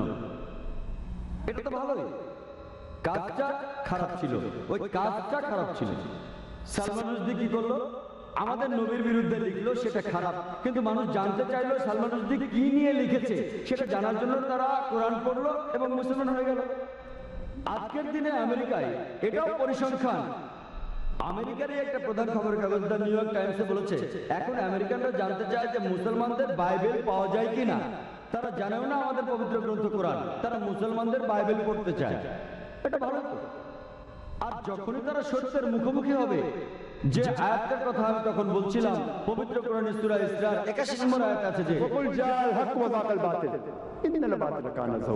যখন সত্যের সামনে মিথ্যে দাঁড়ায়, মিথ্যে ধ্বংস হয়, কারণ মিথ্যে হলো খারাপ আর খারাপ ধ্বংস হবে। আমাদেরকে ব্যবহার করতে হবে বুদ্ধির তরবারি, যুক্তির তরবারি, যেটা মানুষের মন জয় করে। আর আল্লাহ সুবহানাহু ওয়া তাআলা মহান স্রষ্টা, তিনি প্রতিজ্ঞা করেছেন কোরআনে 3 বার বিভিন্ন জায়গায় তিনি বলেছেন। সূরা তাওবার মধ্যে তিনি বলেছেন 33 নম্বর আয়াতে, সূরা সাফের মধ্যে তিনি বলেছেন 9 নম্বর আয়াতে, সূরা ফাতিহার 28 নম্বর আয়াতে তিনি বলেছেন। এই কথাগুলো তিনি 3 জায়গায় একইভাবে বলেছেন। হুয়াল্লাযী আরসালা রাসূলাহু বিল হুদা ওয়াদ দীনুল হক লিইয়ুযহিরাহু আলা দীনি কুল্লিহি ওয়ালাউ কারিহাল মুশরিকুন। আল্লাহ তার দূত পাঠিয়েছেন পথ নির্দেশ আর সত্যের ধর্ম দিয়ে, যে ধর্ম অন্য সব ধর্মের উপরে। আর ইসলাম ধর্ম হচ্ছে অন্য সব ধর্মের উপরে। এবং আল্লাহ বলেন অবিশ্বাসীরাও এই ধর্ম পছন্দ করে। আর সূরা ফাতিহার 28 নম্বর আয়াতে আল্লাহ আরো বলেছেন, ওয়াকাফা বিল্লাহি শাহিদা and enough if Allah is witness. আমি কথা শেষ করার আগে ইসলামের জিহাদ এবং টেররিজম সম্পর্কে একটা উদ্ধৃতি দিতে চাই, যেটা বলেছেন ডক্টর জোসেফ অ্যাডাম পিয়ারসন। তিনি বলেছেন লোকে দুশ্চিন্তা করে যে কোনো একদিন পারমাণবিক বোমা চলে যাবে সরাসরি আরবদের হাতে। তারা বুঝতে পারে না যে ইসলামের বোমা অনেক আগেই পৃথিবীতে পড়েছে, সেদিন পড়েছে যেদিন হযরত মুহাম্মদ সাল্লাল্লাহু আলাইহি ওয়াসাল্লাম জন্মগ্রহণ করেছেন। ওয়া আখিরু দাওয়ানা আলহামদুলিল্লাহি রাব্বিল আলামিন।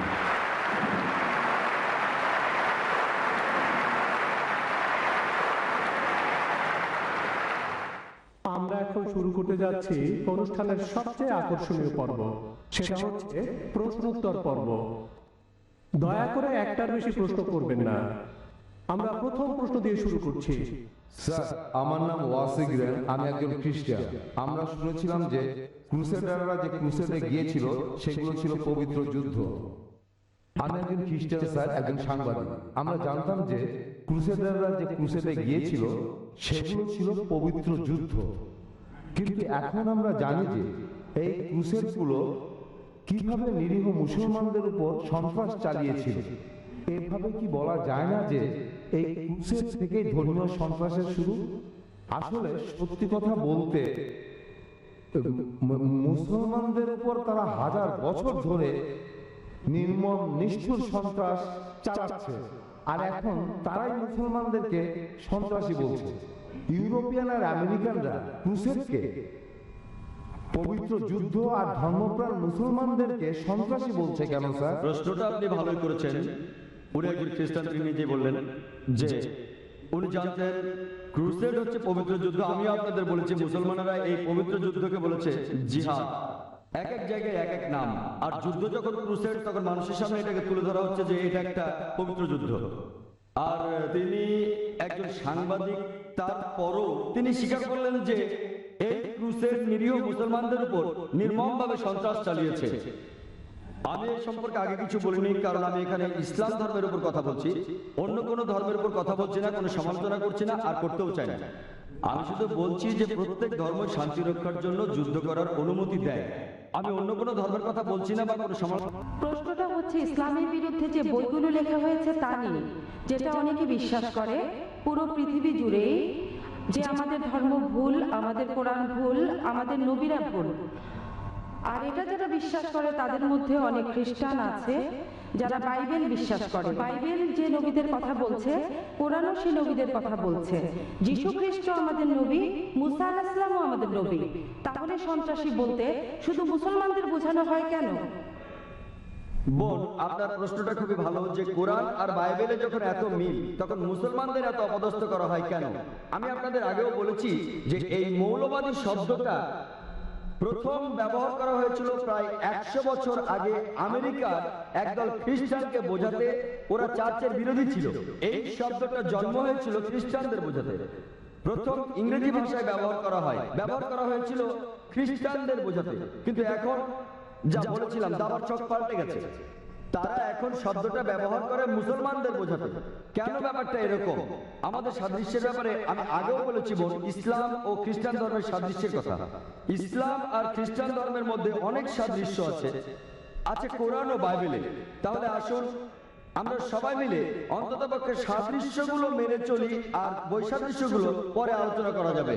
তবে ওরা কেন এমনটা করছে? কারণ আমি আগেও বলেছি পৃথিবীতে এখন ইসলাম প্রসার ঘটছে সর্বোচ্চ হারে। ওই লোকগুলো হয়তো ভয় পাচ্ছে যে ইসলাম যেভাবে ছড়াচ্ছে তাতে করে ওরা এখন যা করছে সেই কাজগুলো বন্ধ করতে হবে। গুড ইভিনিং স্যার, আমার নাম অসাদা জাগরা, আমি একজন আইডি ছাত্রী। প্রথমেই আমি আপনাকে ধন্যবাদ জানাই সন্ত্রাস ও ইসলামের উপর এই বক্তৃতা দেওয়ার জন্য।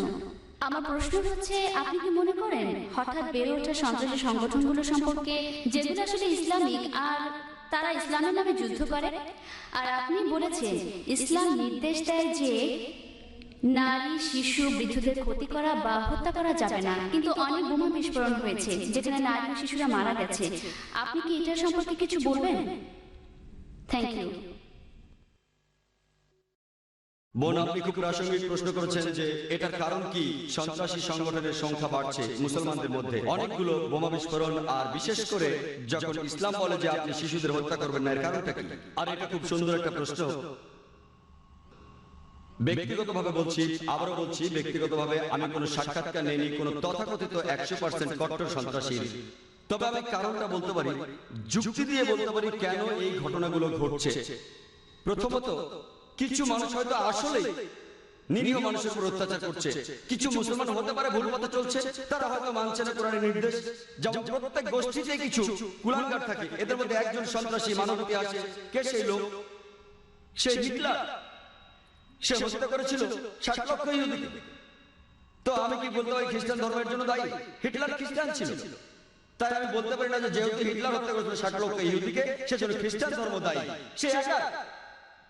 যদি পৃথিবীর সমস্ত সন্ত্রাসী সংগঠনগুলো দেখেন, আমার সন্দেহ 60 লক্ষ হবে কিনা। কিন্তু হিটলার একাই মেরেছিল 60 লক্ষ।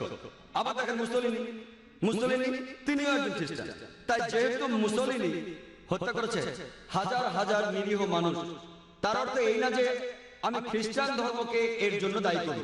তাই কুলাঙ্গার থাকতে পারে প্রত্যেক ধর্মে, কুলাঙ্গার ওরা নিজেদের মুসলমান বলতেই পারে, আর এটা ভুল হতেই পারে।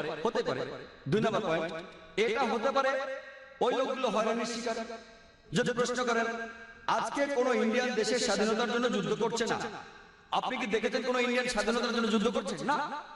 কিন্তু 100 বছর আগে অনেকেই করেছেন। তো আপনি যদি প্রশ্ন করেন ভাই জাকের, কেন 100 বছর আগে অনেক ইন্ডিয়ান তাদের স্বাধীনতার জন্য যুদ্ধ করত? কারণ ব্রিটিশ সরকার ইন্ডিয়া শাসন করত। এই কারণেই মানুষ স্বাধীনতার জন্য যুদ্ধ করত। আজকে ব্রিটিশ সরকার চলে গেছে, তাই কেউ আর স্বাধীনতার জন্য যুদ্ধ করছে না। সেজন্য হতে পারে এই মুসলমানরা হয়রানির শিকার হয়েছে, তাদের উপর অন্যায় করা হয়েছে। আর এই ধরনের ঘটনা পৃথিবীর বিভিন্ন জায়গায় ঘটছে, যেমন প্যালেস্টাইন। যদি আপনি ইতিহাস দেখেন তাহলে আপনি সেখানে দেখবেন, যদি আপনি ইতিহাস ঘাটেন আপনি দেখতে পাবেন যে তারা আসলে হয়রানির শিকার হয়েছে। আর যখন কেউ তাদের সাহায্য করতে আসেনি, তাদের যা ছিল তাই নিয়ে তারা মোকাবেলা করেছে। যেমন ধরেন সেই ঘটনা যা বাইবেলে লেখা আছে, ডেভিডের গোলায়াত একটা পাথরে আনাপ ছিল। তাই দোষটা আমাদের, আমরাই দায়ী। কারণ আমরা এই সমস্যার মূল কারণ খুঁজছি না, যদি কোনো সন্ত্রাসী সংগঠন থাকে আমাদের সেখানে গিয়ে দেখতে হবে, খুঁজে বের করতে হবে কি কারণে তারা সন্ত্রাসের পথ বেছে নিয়েছে। শুধুমাত্র এভাবেই সমাধান করা যেতে পারে। তাদেরকে হত্যা করে সমস্যার সমাধান করা যাবে না। আপনি একজনকে হত্যা করবেন 10 জন আসবে। আমাদেরকে কি করতে হবে? পেছনে ফিরতে হবে, দেখতে হবে কারণটা কি, কোন কারণে আপনারা এই পথ বেছে নিয়েছেন। আমাদের খুঁজে বের করতে হবে মূল কারণ। এখানে উদাহরণ হিসেবে বলা যায় প্যালেস্টাইন, যখন হিটলার হত্যা করেছিল 60 লক্ষ ইহুদিকে, ইহুদিদের তাড়িয়ে দেওয়া হয়েছিল জার্মানি থেকে। আর তখন প্যালেস্টাইনরা বলেছিল আহলান ওয়া সাহলান, তোমরা আমার জ্ঞাতি ভাই, চলে এসো, আমাদের সাথে থাকো। ব্যাপারটা এরকম যে এক অচেনা লোককে বললাম কোনো অসুবিধা নেই, আমার ঘরে থাকো। কয়েক বছর পর সে আমাকে ঘর থেকে তাড়িয়ে দিল। আর আমি যখন চিল্লাপাল্লা শুরু করলাম ঘরের বাইরে গিয়ে যে এই লোকগুলো আমার ঘর দখল করে নিয়েছে, তখন আপনি আমাকে সন্ত্রাসী বললেন। আমি কি সন্ত্রাসী? আমি আশ্রয় দিয়েছিলাম এক অচেনা লোককে, শুধুমাত্র মানবতার কারণে আশ্রয় দিয়েছিলাম আমার ঘরে। কয়েক মাস পরে সে আমাকে তাড়িয়ে দিল, আমি বললাম ঘর ফেরত চাই, আপনি আমাকে বললেন সন্ত্রাসী। কাকে দোষ দেব? দোষ আমাদেরই, আমরাই দোষী, আমাদেরই খুঁজে বের করতে হবে এই সমস্যার কারণটা কি। সর্বশক্তিমান আল্লাহ আমাদেরকে বুদ্ধি দিয়েছেন, এমনকি এই শক্তিও দিয়েছেন সবাইকে একত্রিত করার। যদি আপনি মূল কারণটা দেখেন, আপনি জানবেন যে কেন একজন মানুষ মরতে চায়। কে মরতে চায়? কে মরতে চায়? যে মানুষটা বলে যে আমি নিজে তো মরবই, তাহলে কেন আর কয়েকজন সঙ্গে নিয়ে মরবো না? তাহলে আপনি যদি কোনো মনোবিজ্ঞানীকে প্রশ্ন করেন, তিনি বলবেন যে মূল কারণে যেতে হলে এই লোকগুলোকে জিজ্ঞেস করতে হবে কেন তারা এসব করছে। আর অনেক সময় আপনি দেখবেন যে এর পেছনে কোনো না কোনো কারণ আছে। আর কারণটা হচ্ছে হতে পারে তারা হয়রানির শিকার হয়েছে, আর কিছু মানুষ হতে পারে আসলে সন্ত্রাসী। কেউ মানুষকে ভয় দেখা টাকার জন্য, কেউ খ্যাতির জন্য, কেউ রাজনীতির জন্য। তাই আমি একমত বোন, তবে বেশিরভাগই আমি মনে করি তাদের হয়রানি করা হয়েছিল। হতে পারে তারা মুসলমান, হতে পারে হিন্দু, হতে পারে খ্রিস্টান। একটা তীব্র প্রতিক্রিয়া দেখা দেবে যখন মানুষ আর সহ্য করতে পারে না, তার উপর যে অত্যাচার হচ্ছে, তখন সে প্রতিবাদী হয়ে ওঠে। আর মনোবৈজ্ঞানিক বলেন, আমি একজন ডাক্তার, আমি বলতে পারি যে তারা শোধ নেওয়ার চেষ্টা করবে, এটা মানুষের স্বভাব। তাহলে একজন মানুষ যে একটা আঙ্গুল উঁচু করতে চায় না, কেন সে একটা বন্দুক হাতে তুলে নেবে? কেন? তাহলে আমাদের কি করতে হবে? আমাদের মূল কারণ খুঁজে বের করতে হবে আর চেষ্টা করে সমস্যার সমাধান করতে হবে। এটাই একমাত্র উপায় সবার ভালোর জন্য, যে এই সন্ত্রাস নিরীহ মানুষের উপর বন্ধ করতে হবে আর সব মানুষ যেন একসাথে থাকতে পারে এক জাতি হিসেবে।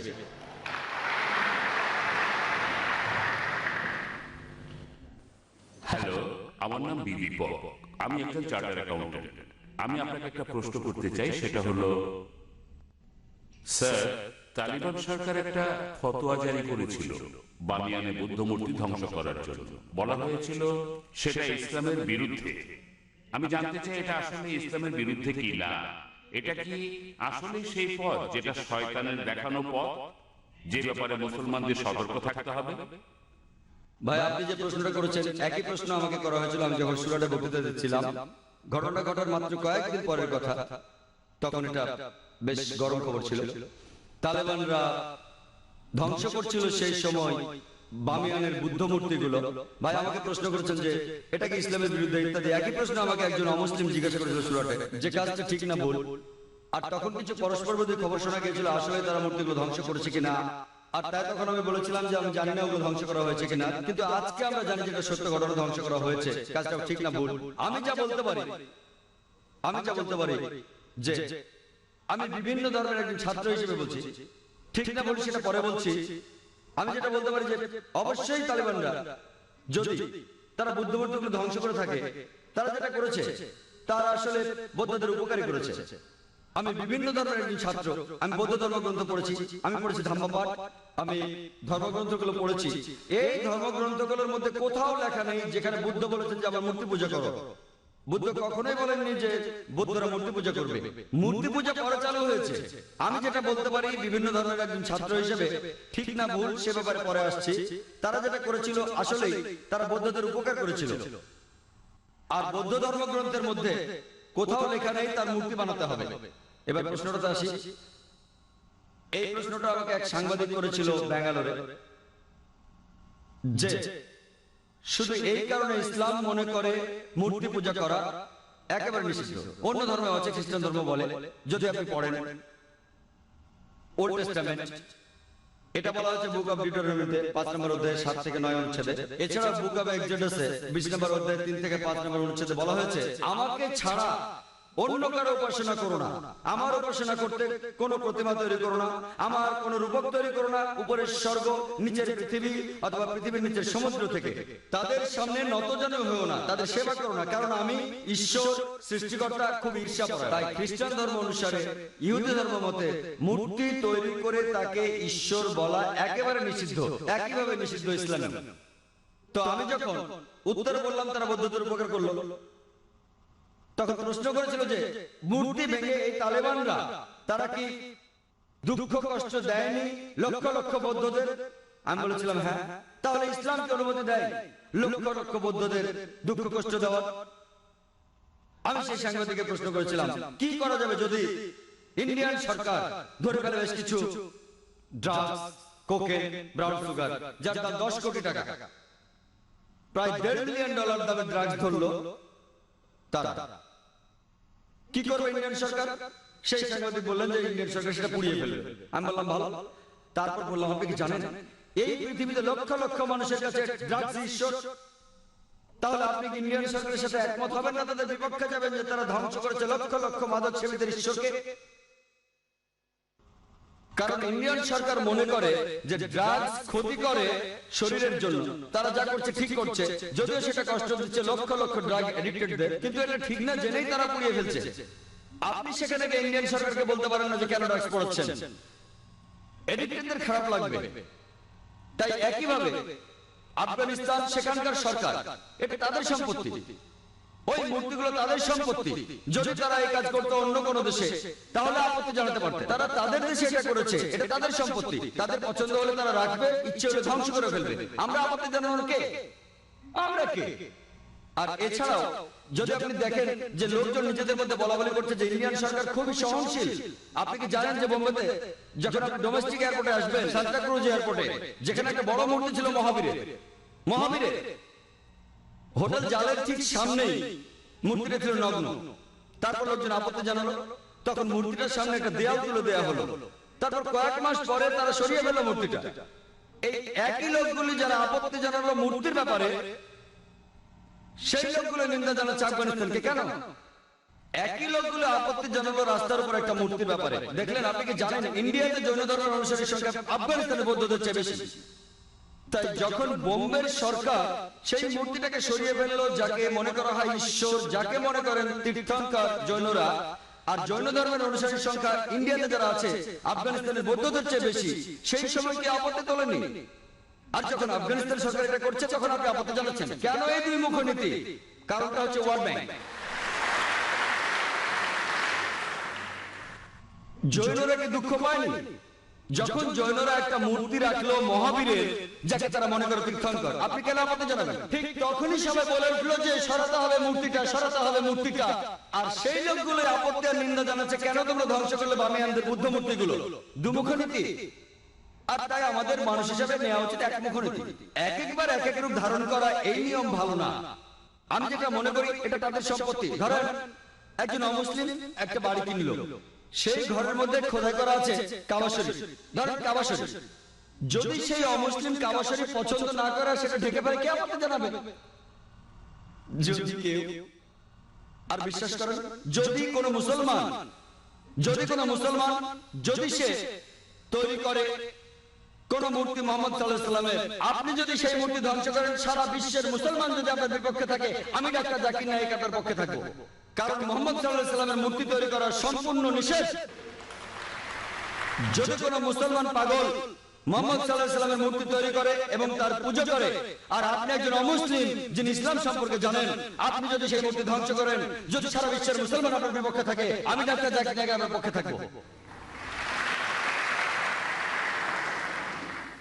আসসালামু আলাইকুম ব্রাদার। ব্যক্তিগতভাবে আমি এই প্রশ্নটা করতে চাই। বর্তমানে সামাজিক, রাজনৈতিক আর ধর্মতাত্ত্বিক প্রেক্ষাপটের সামনে আজকের পৃথিবীতে যা দেখছি, আমি খুব দ্বিধাদ্বন্দ্বে আছি যে কোন পক্ষে যাব। আমি এটাও বুঝছি না যে কোনটা ঠিক আর কোনটা ভুল। যাবতীয় কুসংস্কারকে বাদ দিয়ে এটা আজকে প্রমাণিত যে বিশ্বাসীদের কাজকর্ম দিয়ে কোনো ধর্মকে বিচার করা যায়। এই যুক্তিটা ধরে নিয়ে কিভাবে আমি মনস্থির করব, কিভাবে আমি আমার বিশ্বাসকে ঠিক রাখবো? বেশ কিছু ব্যাপারে মতামতের অমিল হচ্ছে আমার সাথে আমার সঙ্গী সাথীদের। ব্যক্তিগতভাবে আপনি কি সমর্থন করবেন সাদ্দাম হোসেনকে? পারস্যের মুজাহিদ যোদ্ধাদের প্যালেস্টাইনে আত্মঘাতী যোদ্ধার মৃত্যুকে?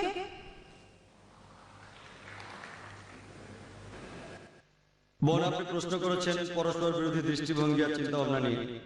তিনি জানেন না কোনটা তার জন্য ঠিক, কার সাথে তিনি একমত হবেন, কার সাথে হবেন না, কি করা উচিত। তিনি আমাকে প্রশ্ন করেছেন যে আমি সমর্থন করি কিনা যা ঘটেছে প্যালেস্টাইনি মুজাহিদদের, যা হয়েছে সাদ্দাম হোসেনের ক্ষেত্রে ইত্যাদি। বোন, আমি আগেও বলেছি অনেক ক্ষেত্রে এগুলো হচ্ছে রাজনীতি। আমি তাই বলি যে সবকিছুর একটা লুকানো কারণ থাকে, কারণ আসলে আমি অনেক দেশে ভ্রমণ করি। আবারও বলি, ঠিক না বলে আল্লাহ মালুম, আমি বলতে পারি না যে ব্যাপারটা এই, কিন্তু আসলে এটার কারণ হাতে গোনা কিছু লোক আর রাজনীতিবিদরা, আবারও রাজনীতিবিদরা। তাহলে রাজনৈতিক কারণে কাউকে বানানো হচ্ছে কোরবানির গরু, আর এটাই কারণ যে তারা দেখতে চায় যে কাজ হচ্ছে তাদের পক্ষে। আমি একজন মুসলমান হিসেবে যদি আমাকে প্রশ্ন করেন যে আমি কি করব, যদি কেউ আমাকে প্রশ্ন করে, আমি শুধু সত্যটাই বলবো। যদি কেউ তাদের ক্ষতি করে থাকে, যদি কেউ তাদের হত্যা করে থাকে, অত্যাচার করে, এক্ষেত্রে যদি তারা মোকাবেলা করে তাহলে ঠিক আছে, তা না হলে তারা পারে না। আপনি আমাকে জিজ্ঞেস করেছেন কি ঘটছে কোন একটা বিশেষ ক্ষেত্রে, ওসামা বিন লাদেন বা সাদ্দাম হোসেন, আমি বলবো আমি পুরো ঘটনা জানি না, আমি ফতোয়া দিতে পারি না, আমি পারি না অভিযুক্ত করতে, কারণ আমি তাদের সাক্ষাৎকার নেইনি। মতামত দিতে হলে আগে সাক্ষাৎকার দিতে হবে। তাই আমি বলি আল্লাহ মালুম, আল্লাহই ভালো জানেন। আল্লাহ আমাকে কিয়ামতের দিন জিজ্ঞেস করবেন না যে ওসামা বিন লাদেন সন্ত্রাসী ছিল কিনা। আমি বলবো যদি সে কিছু ভুল করে থাকে, যদি সে নিয়ম নীতি ভাঙে কোরআন ও সুন্নাহ, তাহলে সে খারাপ। যদি সে নিয়ম না ভাঙে সে ভালো। এটার উপর ভিত্তি করে আমি পরীক্ষায় পাশ করব না। আমাকে কি পড়তে হবে? আমাকে পড়তে হবে কোরআন, আমাকে পড়তে হবে ধর্মগ্রন্থ। এই প্রশ্নের উত্তর দেবেন বিশেষজ্ঞরা যারা বিভিন্ন জায়গায় যান, আফগানিস্তানে গিয়ে সাক্ষাৎকার নেন ইত্যাদি। আর আমরা যেগুলো খবরের কাগজেও দেখে থাকি। আপনাকে বা আমাকে একজন মুসলমান হিসেবে সর্বশক্তিমান আল্লাহ তাআলা কিয়ামতের দিন জিজ্ঞেস করবেন না সাদ্দাম হোসেন যে একজন সন্ত্রাসী, সে ব্যাপারে কি তুমি একমত? আমরা বলতে পারি আল্লাহ মালুম, আমরা জানি না। আমরা তাদের সমর্থনও করি না, তাদের নিন্দাও করি না। যদি অকাট্য প্রমাণ থাকে একজন লোকের বিরুদ্ধে, কোন মুসলমানের বিরুদ্ধে যে কোনো কাজ করেছে যেটা প্রমাণিতভাবে কোরআনের বিপক্ষে, আমরা তাকে নিন্দা জানাবো। কিন্তু যদি প্রমাণ না থাকে, যেটা হলো আংশিক প্রমাণ, আমাদের থাকতে হবে নিরপেক্ষ। এটাই কোরআন বলে। আর আপনার বিশ্বাস দুর্বল হবে না বোন, আপনার বিশ্বাসের ভিত্তি হবে সেই সত্যি যা বলা আছে ধর্মগ্রন্থে। সবচেয়ে ভালো উপায় যেভাবে বিশ্বাস আনা যায় তা হলো কোরআন পড়া। আপনি কোনো খুঁত পাবেন না কোরআনে, আপনি পরস্পর বিরোধী কিছু পাবেন না কোরআনে। যদি আপনি আরবি ভাষা বুঝতে না পারেন তাহলে আপনাকে পড়তে হবে অনুবাদ। এই যে এই বইটি লিখেছেন আব্দুল্লাহ ইউসুফ আলী, আর এই অনুবাদটা বাইরের দোকানে পাওয়া যায়। তাই বোন, আপনি যদি পড়েন কিভাবে জীবন ধারণ করতে হয় কোরআনের নির্দেশ অনুযায়ী, ইনশাআল্লাহ বিশ্বাস হবে মজবুত। আর বিশ্বাস করেন আপনি মোটেও লজ্জা পাবেন না মূল নীতিগুলো মেনে চলতে ইসলামে। আপনার যদি যুক্তি বুদ্ধি থাকে তাহলে আপনি বুঝবেন কেন এই নীতিগুলো প্রণয়ন করা হয়েছে। আপনি বিশ্বাস করেন বোন, আমি ঘুরে বেড়াই পৃথিবীর বিভিন্ন দেশে, আমি কথা বলি, আমার মাথায় টুপি আছে, আমার দাড়ি আছে, আমি অনেক পশ্চিমা দেশে গিয়েছি, কখনো কোনো সমস্যায় পড়িনি। মাঝে মধ্যে কোনো মানুষ হয়তো প্রশ্ন করেছে, কিন্তু কোনো সমস্যা হয়নি। মানে কেন আমি ভয় পাবো সত্যি কথা বলতে? তাহলে যদি আপনার জ্ঞান থাকে ধর্মগ্রন্থ সম্পর্কে আর আপনার যুক্তি বুদ্ধি থাকে, আপনি গর্ববোধ করবেন। এমনকি আপনিও নিজেকে বলবেন আমার মতো, হ্যাঁ আপনিও নিজেকে বলবেন মৌলবাদী। আসসালামু আলাইকুম, আমি মোহাম্মদ ফজলুর রহমান আব্দুল্লাহ। আমার প্রশ্নটা হলো যে আমি চাকরি করি এই ছেলে, আমাদের দেয়া হয়েছে একটা হ্যান্ডবুক যেখানে লেখা আছে দায়িত্ব আর কর্তব্য। হ্যান্ডবুকের প্রথম পৃষ্ঠার উপর লেখা আছে ভগবদ গীতার শ্লোক। আমি শ্লোকটা বলছি। यदा यदा हि धर्मस्य ग्लानिर्भवति भारत अभ्युत्थानम् अधर्मस्य तदात्मानं सृजाम्यहं परित्राणाय साधूनां विनाशाय च दुष्कृता धर्म संस्थापनार्थाय संभवामि युगे युगे। তারা বিশেষ করে উল্লেখ করেছে যে परित्राणाय साधूनां विनाशाय च दुष्कृता। যদি আপনি চান রক্ষা করতে সত্যকে অথবা ভালোকে, আপনাকে দূর করতে হবে খারাপ জিনিসকে, অন্য কোনো উপায় নেই। ঠিক আছে, তারপর আমি বলছি ওই শেষের দিকের শ্লোকটা হলো যে धर्म संस्थापनार्थाय संभवामि युगे युगे। এর অর্থ হলো আমি সব যুগেই, ঈশ্বর বলেছেন যে আমি সব যুগেই পৃথিবীতে আসি, কিন্তু আমাদের বিশ্বাস হলো আমার হিন্দু ভাইদের বিশ্বাস হলো আমি সব যুগে পৃথিবীতে আসি। আমি বলবো মিস্টার জাকির নায়েক এটার ব্যাখ্যা করতে। এই যে বিশ্বাসগুলো আমাদের আছে এগুলো ঠিক না ভুল? ধন্যবাদ।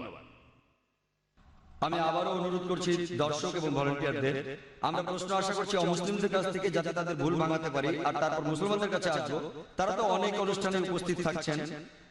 আমি চাইবো অমুসলিমরা বেশি করে প্রশ্ন করুন, আপনারা তো সুযোগ পান না, আপনারা সুযোগ পান না প্রত্যেকদিন ইসলামের উপর প্রশ্ন করার। আপনার প্রশ্নে আসি। ভাই যে উদ্ধৃতি দিলেন সেটা আছে ভগবত গীতার 4th অধ্যায়। তিনি উদ্ধৃতি দিয়েছেন, তবে বলেননি কোথা থেকে। সেটা হলো ভগবত গীতার 4th অধ্যায়। যখনই পৃথিবীতে অধর্ম হয়, অসত্য আসে, মিথ্যে আসে, অরাজকতা আসে, তখনই সর্বশক্তিমান স্রষ্টা পৃথিবীতে আসেন এবং গ্রহণ করেন মানুষের রূপ, অবতার। আর তিনি দেখেন যে অরাজকতা চলছে, যে বিপদ চলছে, যে বিশৃঙ্খলা চলছে পৃথিবীতে, তিনি সবকিছু বন্ধ করতে আসেন অবতার বা মানুষের রূপ নিয়ে। এটা ঠিক, আমরা কি একমত? পার্থক্যটা হলো যে আমরা বলি মুসলমান হিসেবে, আমরা মুসলমানরা কি বলি যে সর্বশক্তিমান আল্লাহ তিনি তার দূত পাঠান। যখনই মানুষ বিপদে যায় সত্য থেকে তিনি দূত পাঠাতে থাকেন। যেমন পবিত্র কোরআনের সূরা ফাতির 24 নম্বর আয়াতে, এমন কোন সম্প্রদায় নাই যাহার নিকট সতর্ককারী প্রেরিত হয় নাই। আমরা যা বলি তা হলো সর্বশক্তিমান আল্লাহ দূত পাঠান।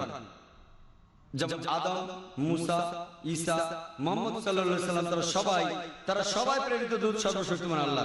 হিন্দুরা বিশ্বাস করে অবতারবাদ, ঈশ্বর মানুষের রূপ নেন। আমরা বলি প্রেরিত দূত, তারা বলে ঈশ্বর মানুষের রূপ নেন। পার্থক্যটা এখানে। পার্থক্যটা হলো তারা বলে সর্বশক্তিমান ঈশ্বর পৃথিবীতে নেমে আসে মানুষের রূপে। আমরা এতে একমত না, খ্রিস্টানরাও একমত না, ইসলাম একমত না। যে ব্যাপারে আমরা একমত কিছুটা মিল আছে, যদিও ব্যাপারটার মধ্যে অনেক পার্থক্য। তবে আমরা বলি যে সর্বশক্তিমান আল্লাহ দূত পাঠান। তারা আল্লাহর মনোনীত লোক, মানুষকে সত্যের পথে নিয়ে আসার জন্য। আর সর্বশেষ যে দূত পৃথিবীর বুকে এসেছেন তিনি হলেন মহানবী সাল্লাল্লাহু আলাইহি সাল্লাম। এবং আল্লাহ বহু গ্রন্থ পাঠিয়েছেন, বহু গ্রন্থ পাঠিয়েছেন। আমি নাম ধরে উল্লেখ করতে পারি। যদি আপনি দেখেন সেখানে পাবেন ওল্ড টেস্টামেন্ট, নিউ টেস্টামেন্ট। আমরা মুসলমানরা বলি এটাই শেষ গ্রন্থ, এটাই শেষ গ্রন্থ সর্বশক্তিমান আল্লাহ। গুড ইভিনিং স্যার, আমার নাম রাজকুমার, আমি মেডিকেল ফাইনাল ইয়ারের ছাত্র, স্ট্যানলি মেডিকেল কলেজে। আমার প্রশ্নটা হলো, ইন্ডিয়ার মুসলমানরা কেন সবসময় ইন্ডিয়ান সিভিল কোডের বিরোধিতা করে? কেন ইন্ডিয়ার মুসলমানরা কমন সিভিল প্রসিডিওর কোডের বিরোধিতা করে? ধন্যবাদ। ভাই আপনি খুব সুন্দর একটা প্রশ্ন করেছেন যে কেন মুসলমানেরা বিরোধিতা করে কমন সিভিল কোডে। ভাই আমি কমন সিভিল কোডের পক্ষে, কিন্তু সেই কমন সিভিল কোডকে হতে হবে সবচেয়ে স্বচ্ছ, যেখানে ন্যায় বিচার পাওয়া যায়। আমি এর পক্ষে। এমনকি যদি ইন্ডিয়ার সমস্ত মুসলমানেরা এর বিরোধিতা করে, আমি ডাক্তার জাকির নায়েকের পক্ষে, এবং আমি তর্ক করতে রাজি, আমি কথা বলতে রাজি আছি, যুক্তির সাথে আলোচনা করতে। কোন নিয়মটা সবচেয়ে সেরা, কোন আইনটা সবচেয়ে সেরা, আর আপনারা বের করেন যে আইনটা সবচেয়ে বাস্তবসম্মত, সেটা প্রয়োগ করুন। আমি এখানে বলবো যে সারা ইন্ডিয়াতে কমন সিভিল কোড একটাই থাকুক, ক্রিমিনাল কোড। শুধু সিভিল কোড কেন, কমন সিভিল কোড থাকুক, কমন ক্রিমিনাল কোড থাকুক। কিন্তু আমাদের আগে ঠিক করতে হবে যে কোন আইনটা সবচেয়ে সেরা। যেমন একজন হিন্দু মহিলা আমাকে জিজ্ঞেস করেছিলেন কেন ইসলাম একজন পুরুষকে একাধিক স্ত্রী রাখার অনুমতি দেয়। আমি উত্তর দিয়েছিলাম এবং প্রশংসা পেয়েছিলাম। এই উত্তরে একমত হলে আপনাকে কমন সিভিল কোডে লিখতে হবে যে একজন পুরুষ একজনের বেশি স্ত্রী রাখতে পারবেন। আমরা জানি পৃথিবীতে মহিলার সংখ্যা পুরুষের চেয়ে বেশি। এর জন্য কোনো সমাধান নেই, কোনো ধর্মের সমাধান দেয়নি। যদিও কোনো ধর্ম বলে না যে মাত্র একটাই বিয়ে করুন, শুধুমাত্র কোরআন ছাড়া। আমি একটা উদাহরণ দিয়েছিলাম যে হিজাবের সঙ্গে ধর্ষণের সম্পর্ক। আমি উপমা দিয়েছিলাম যে সবচেয়ে কঠিন যে শাস্তিটা আমরা দিতে পারি, যে সর্বোচ্চ শাস্তিটা আমরা দিতে পারি, যার ফলাফল সবচেয়ে ভালো। যেমন ইসলাম বলে মহিলাদের হিজাব করা উচিত। কোন পুরুষ কোন মহিলাকে দেখলে তার দৃষ্টি নিচু করবে। তারপরও যদি কোনো পুরুষ ধর্ষণ করে সে সর্বোচ্চ শাস্তি পাবে, সেটা হলো মৃত্যুদণ্ড। আমি আমেরিকার পরিসংখ্যান দিয়েছিলাম যে 1990 সালে FBI এর রিপোর্ট অনুযায়ী 1756টি ধর্ষণ সংঘটিত হয়েছে প্রত্যেক দিন 1990 সালে। 1996 সালে US ডিপার্টমেন্ট অফ জাস্টিসের রিপোর্ট অনুযায়ী 2713টি ধর্ষণের ঘটনা ঘটেছে প্রত্যেক দিন 1996 সালে। অর্থাৎ প্রতি 32 সেকেন্ডে একটি ধর্ষণ ঘটছে। আমরা এখানে যে 2 ঘন্টা ধরে আছি, আমেরিকায় 200-এরও বেশি ধর্ষণের ঘটনা ঘটে গেছে এই সময়ের মধ্যে। আমি বলছি যদি আপনারা ইসলাম শরিয়া মেনে চলেন যে যখনই কোনো পুরুষ মহিলার দিকে তাকাবে সে তার দৃষ্টি নিচু করবে, প্রত্যেক মহিলা ইসলামী হিজাব পরবে, পুরো শরীর ঢাকা থাকবে, মুখ ও হাতের কবজি বাজে, তারপরও যদি কেউ ধর্ষণ করে সে সর্বোচ্চ শাস্তি পাবে। আমি একটা প্রশ্ন করছি, ধর্ষণের হার কি তাতে বাড়বে, একই রকম থাকবে নাকি কমে যাবে? এটা কমে যাবে, এটাই বাস্তব আইন। আর আপনারা দেখবেন একটা অনুষ্ঠান দেখিয়েছিল বিবিসিতে, যেখানে বলা হচ্ছিল নাইজেরিয়া সম্পর্কে তারা ইসলামী শরিয়া প্রয়োগ করেছিল, ধর্ষণের শাস্তি মৃত্যুদণ্ড, আর তখনই ধর্ষণের ঘটনা সেখানে কমে গিয়েছিল। পৃথিবীতে সবচেয়ে কম ধর্ষণের ঘটনা ঘটে সৌদি আরবে। আমি সৌদি আরবের পক্ষে বলছি না, তবে যেটা ভালো তার প্রশংসা করা উচিত। আমি অভিনন্দন জানাই এলকে আদবানিকে। আমার মনে পড়ছে কয়েক বছর আগে 1999 সালে অক্টোবর মাসে তিনি একটা বিবৃতি দিয়েছিলেন স্বরাষ্ট্রমন্ত্রী হিসেবে যে মৃত্যুদণ্ডই হবে একজন ধর্ষকের শাস্তি। তাকে অভিনন্দন জানাই, তিনি ইসলামের কাছাকাছি এসে গেছেন। হয়তো পরে স্বরাষ্ট্রমন্ত্রী বলবেন যে সব মহিলাদের হিজাব করা উচিত। হ্যালো, আসসালামু আলাইকুম। আমার নাম ইয়াসির ফাহামি, আমি এসেছি ইরান থেকে। আমি যেটা জানতে চাই, আপনি নিশ্চয়ই সালমান রুশদি স্যাটানিক ভার্সেস পড়েছেন। একজন মুসলমান হিসাবে কেউ বইটা পছন্দ করবে না। আপনি কি মনে করেন যে ইমাম খোমেনি যা করেছিলেন তিনি কি ফতোয়াটা দিয়ে ঠিক করেছিলেন? এটাই আমার মূল প্রশ্ন। ইমাম খোমেনি যা করেছিলেন ফতোয়া জারি সালমান রুশদির বিরুদ্ধে, সেটা কি ঠিক ছিল? আপনি প্রশ্ন করেছেন সালমান রুশদি সম্পর্কে ইমাম খোমেনি যে ফতোয়া জারি করেছিলেন সেটা ঠিক ছিল কিনা। আমার প্রশ্ন হচ্ছে কেন ইমাম খোমেনি ফতোয়া জারি করলেন 1 বছর পরে? যে দেশ সবার আগে সালমান রুশদির স্যাটানিক ভার্সেস নিষিদ্ধ করেছিল সেটা ইন্ডিয়া। আর আমি এই কাজটার জন্য রাজীব গান্ধীকে অভিনন্দন জানাই। কেন ইমাম খোমেনি সালমান রুশদিকে হত্যা করার ফতোয়া দিলেন 1 বছর পরে? কারণ তাকে নিয়ে কোনো খবর হচ্ছিল না। সবই রাজনীতি, রাজনীতির খেলা। আপনি যদি ফতোয়া দিতে চান আপনি সেটা দেবেন। বইটি পৃথিবীর বিভিন্ন দেশে সমালোচিত হয়েছে, অনেক দেশ নিষিদ্ধ করেছে, আর তিনি ফতোয়া দিলেন তাকে হত্যা করতে হবে। ঠিক না বেঠিক সেটা পরের কথা। এটাই হচ্ছে রাজনীতির খেলা, রাজনৈতিক সুবিধা, এইসবই রাজনীতির খেলা। কিন্তু রাজীব গান্ধী যা করেছিলেন হয়তো তিনি এটা জানতেন না। আমি আগেও এই স্যাটানিক ভার্সেস নিয়ে কথা বলেছি, যদিও বইটা ইন্ডিয়াতে নিষিদ্ধ, আমি বইটা পড়েছি। হয়তো জানেন সালমান রুশদি বলে যে সে মুসলমান ছিল, সে কাউকেই বাদ দেয়নি। তার বইতে সে রানী এলিজাবেথকে ছোট করেছে। আর সেই একই ব্রিটিশ সরকার এক আমেরিকান লেখকের বই নিষিদ্ধ করেছে অশ্লীল শব্দ ব্যবহারের জন্য, ফাদার আঙ্কেল কাজিন কি, মার্গারেট থ্যাচারকে উদ্দেশ্য করে। আর এই সালমান রুশদি শব্দটাকে আরো ভয়াবহ করলো আইএনজি যোগ করে। তারপরেও বইটা খুব জনপ্রিয়। তাহলে একজন আমেরিকান লেখক, তার বইটা নিষিদ্ধ হলো 4টা অক্ষর থ্যাচারকে বলার জন্য। আর এই লোক সালমান রুশদি সেটাকে ভয়াবহ করলো আইএনজি দিয়ে, সেই একই মার্গারেট থ্যাচারকে উদ্দেশ্য করে। কিন্তু সে পেল পুরস্কার। কেন? কারণ সে ইসলামের নিন্দা করেছে। এতে তারা খুব খুশি। আর আপনি কি জানেন সে বাদ দেয়নি রাম সীতাকেও? এদেরকে শ্রদ্ধা করে বেশিরভাগ ইন্ডিয়ান, তাদেরকেও ছোট করেছে। আমি শব্দটা বলতে চাই না, সে তাদেরকেও ছোট করেছে, তাদেরকেও ছাড়েনি। আর অনেক লোক সেটা সমর্থন করে। তাই রাজীব গান্ধী সম্ভবত জানতেন না, কিন্তু পরে তিনি বইটা পড়ে বুঝতে পেরেছেন যে কাউকে সেখানে বাদ দেওয়া হয়নি।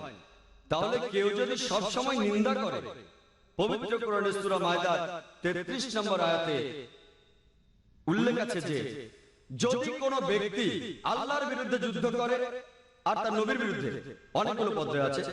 একটা হচ্ছে তাকে মৃত্যুদণ্ড দিন, ক্রুশবিদ্ধ করুন, বিপরীত দিক থেকে হাত পা কেটে ফেলুন, অথবা দেশ থেকে বহিষ্কার করে দিন। আর এই আইন শুধু কোরআনে নয়, এটা বাইবেলেও আছে। যদি আপনি বুক অফ লেভিটিকাস পড়েন সেখানে আছে যদি কেউ ধর্মের বিরুদ্ধাচরণ করে তাকে পাথর নিক্ষেপ করে হত্যা করো। এমনকি একজন পথিকও তাকে পাথর নিক্ষেপ করতে পারে যে ধর্মের বিরোধিতা করে।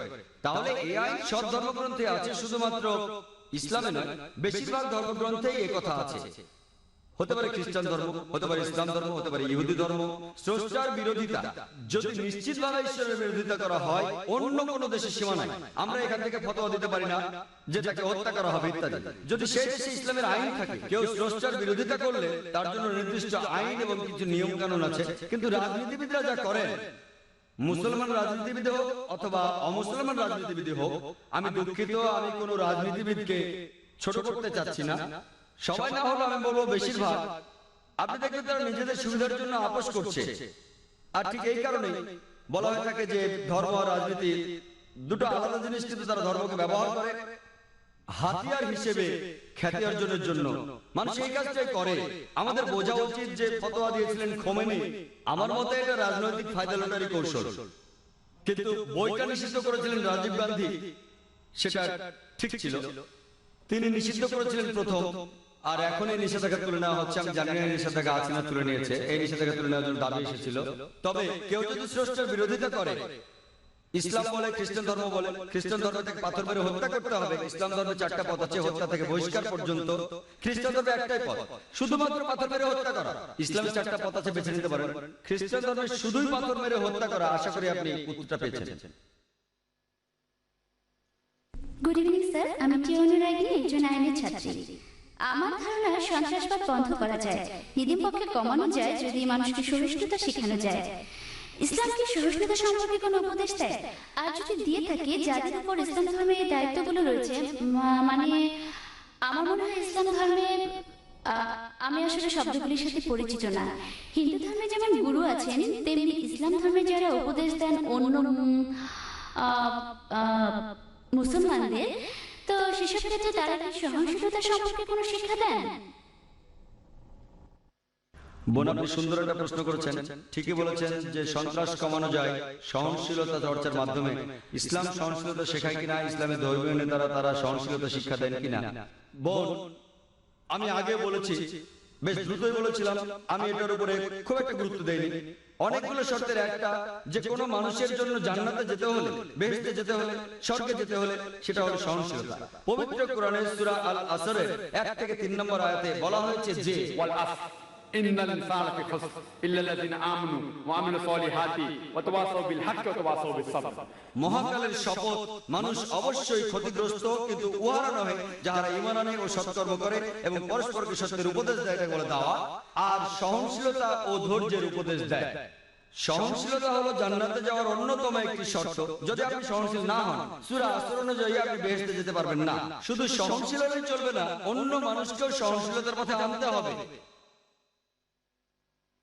তবে সহনশীলতা শব্দটা অনেক রকম অর্থ করা যায়, আর বিশেষজ্ঞরা বলবে সহনশীলতার একটা সীমা আছে। সহনশীলতা বলতে কি বোঝেন? ভালো, কেউ যদি আপনার সাথে অন্যায় কিছু করে, আপনি প্রতিশোধ নিলেন না, খুব ভালো, কতদিন করবেন? তাই সহনশীলতার একটা সীমা আছে। আর ইসলাম ধর্মে জালিম সেই লোক যার কাজ হলো জুলুম করা। অর্থাৎ আপনি বলতে পারেন যে ক্ষতি করে সবার। জালিম রয়েছে 2 প্রকার। এক প্রকার সে ক্ষতি করে অন্য মানুষের, আরেক প্রকার সে ক্ষতি করে নিজে। 2 প্রকার জালিম রয়েছে, 2 জনকে বলা হয় জালিম। একজন জুলুম করে অন্যের উপর, আরেকজন করে জুলুম নিজের উপর। আমাদের প্রিয় নবী সাল্লাল্লাহু আলাইহি সাল্লাম বলেছেন, এর উল্লেখ আছে সহিহ মুসলিম হাদিসে, যদি তোমার চোখের সামনে অন্যায় কিছু ঘটে, যদি তুমি পারো সেটা বন্ধ করো তোমার হাত দিয়ে। যদি হাত দিয়ে বন্ধ করতে না পারো, বন্ধ করো তোমার মুখ দিয়ে, তোমার জিহ্বা দিয়ে। যদি জিহ্বা দিয়ে বন্ধ করতে না পারো, অন্ততপক্ষে মনে মনে নিন্দা করো যে কাজটা অন্যায়। আর তুমি যদি এটা করো, তুমি একেবারে নিচের স্তরে বিশ্বাসী, নিচের স্তরে। তাই আমাদের কি করতে হবে? সহনশীল হতে হবে, অন্যকে হতে বলতে হবে। যেমন আল্লাহ বলেছেন পবিত্র কোরআনে সূরা বাকারার 153 নম্বর আয়াতে, ইন্নাল্লাহা মাস-সাবিরিন, নিশ্চয়ই আল্লাহ সবরকারীদের সাথে আছেন। যখন তুমি সবর করো, খেয়াল রাখবে যেন সীমা অতিক্রম না করে। এর একটা সীমা আছে, সহনশীলতার একটা সীমা আছে। কোনো কিছু সীমা ছাড়ানোর আগে যদি আপনি দেখেন একজন মহিলাকে ধর্ষণ করা হচ্ছে, আপনি মহিলাকে বলতে পারেন না সহ্য করেন, সমস্যা নেই। যদি আল্লাহ আমাকে শক্তি দিয়ে থাকেন, আমি যদি দেখি একজন মহিলা ধর্ষিত হচ্ছেন, আমি সেটা বন্ধ করার চেষ্টা করবো হাত দিয়ে। যদি না পারি তাহলে বলবো, আরে ভাই সাহেব ধর্ষণ করবেন না। মুম্বাইয়ের একটা খবর, একটা বাচ্চা মেয়ে, 13 বছরের একটা বাচ্চা মেয়ে, তাকে ধর্ষণ করেছে এক লোক। সেখানে 5 জন যাত্রী ছিল, তাদের মধ্যে একজন আপত্তি তুললো, সবাই বাধা দিয়েছিল। আরে 5 জন লোক একটা মাতালকে আটকে দিতে পারতো, পার মাতাল, কিন্তু তারা কিছুই করেনি। মানবতার হয়েছেটা কি? মানুষ আজ কোথায় গিয়ে দাঁড়িয়েছে?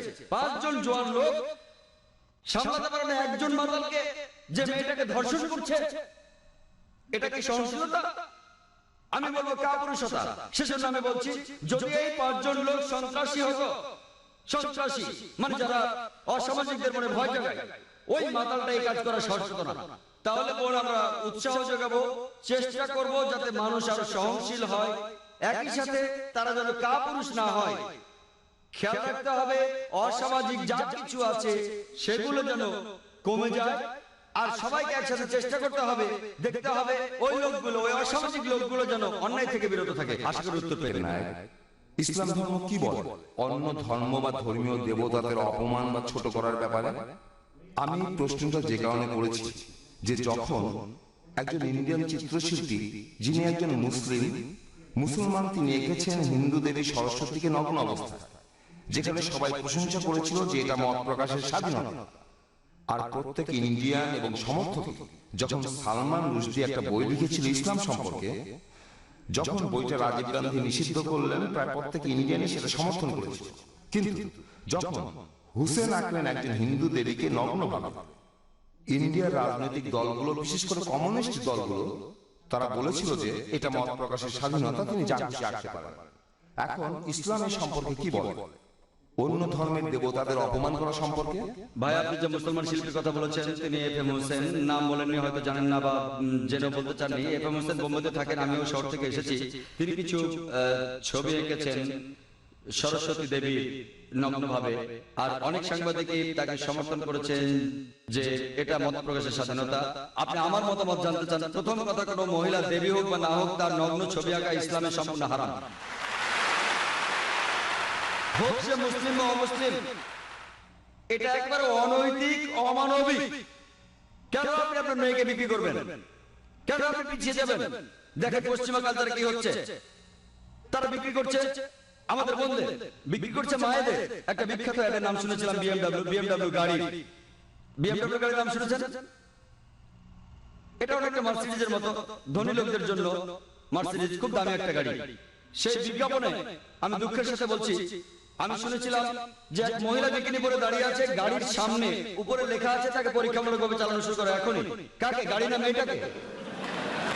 গাড়ির সামনে ওই মেয়েটার কি প্রয়োজন ছিল? তাহলে এই সবকিছুই মত প্রকাশের স্বাধীনতার নামে মেয়েদের অপমান করা। এই যে মুসলিম যা করেছেন সেটা সম্পূর্ণ ভুল। মূল প্রশ্নতে আসি, আপনি কি সমালোচনা করতে পারেন অন্যান্য ধর্মের দেবতাদের? পবিত্র কোরআনে সূরা আনামের 108 নম্বর আয়াতে উল্লেখ আছে যে তাদের নিন্দা করো না, তাদের ছোট করো না যারা অন্য কারো উপাসনা করে আল্লাহকে বাদ দিয়ে, বরং তারাই না জেনে নিন্দা করে আল্লাহ সুবহানাহু ওয়া তাআলা। কোরআন বলছে নিন্দা করো না ওই দেবতাদের যারা তাদের উপাসনা করে আল্লাহকে ছাড়া, বরং তারাই না জেনে নিন্দা করে আল্লাহ সুবহানাহু ওয়া তাআলা। তাই ইসলাম ধর্মে এটা নিষিদ্ধ। আরো নিন্দা করা কোন ধর্মের দেবতাকে যদি আপনি তাকে মানেন না, এটা নিষিদ্ধ। একই কথা কোরআনের সূরা আনামের 108 নম্বর আয়াতে বলা হয়েছে। আর এফএম হোসেন যা করেছেন, একটা নগ্ন ছবি এঁকেছেন, এটা ইসলামে সম্পূর্ণ নিষিদ্ধ। আশা করি উত্তরটা পেয়েছেন।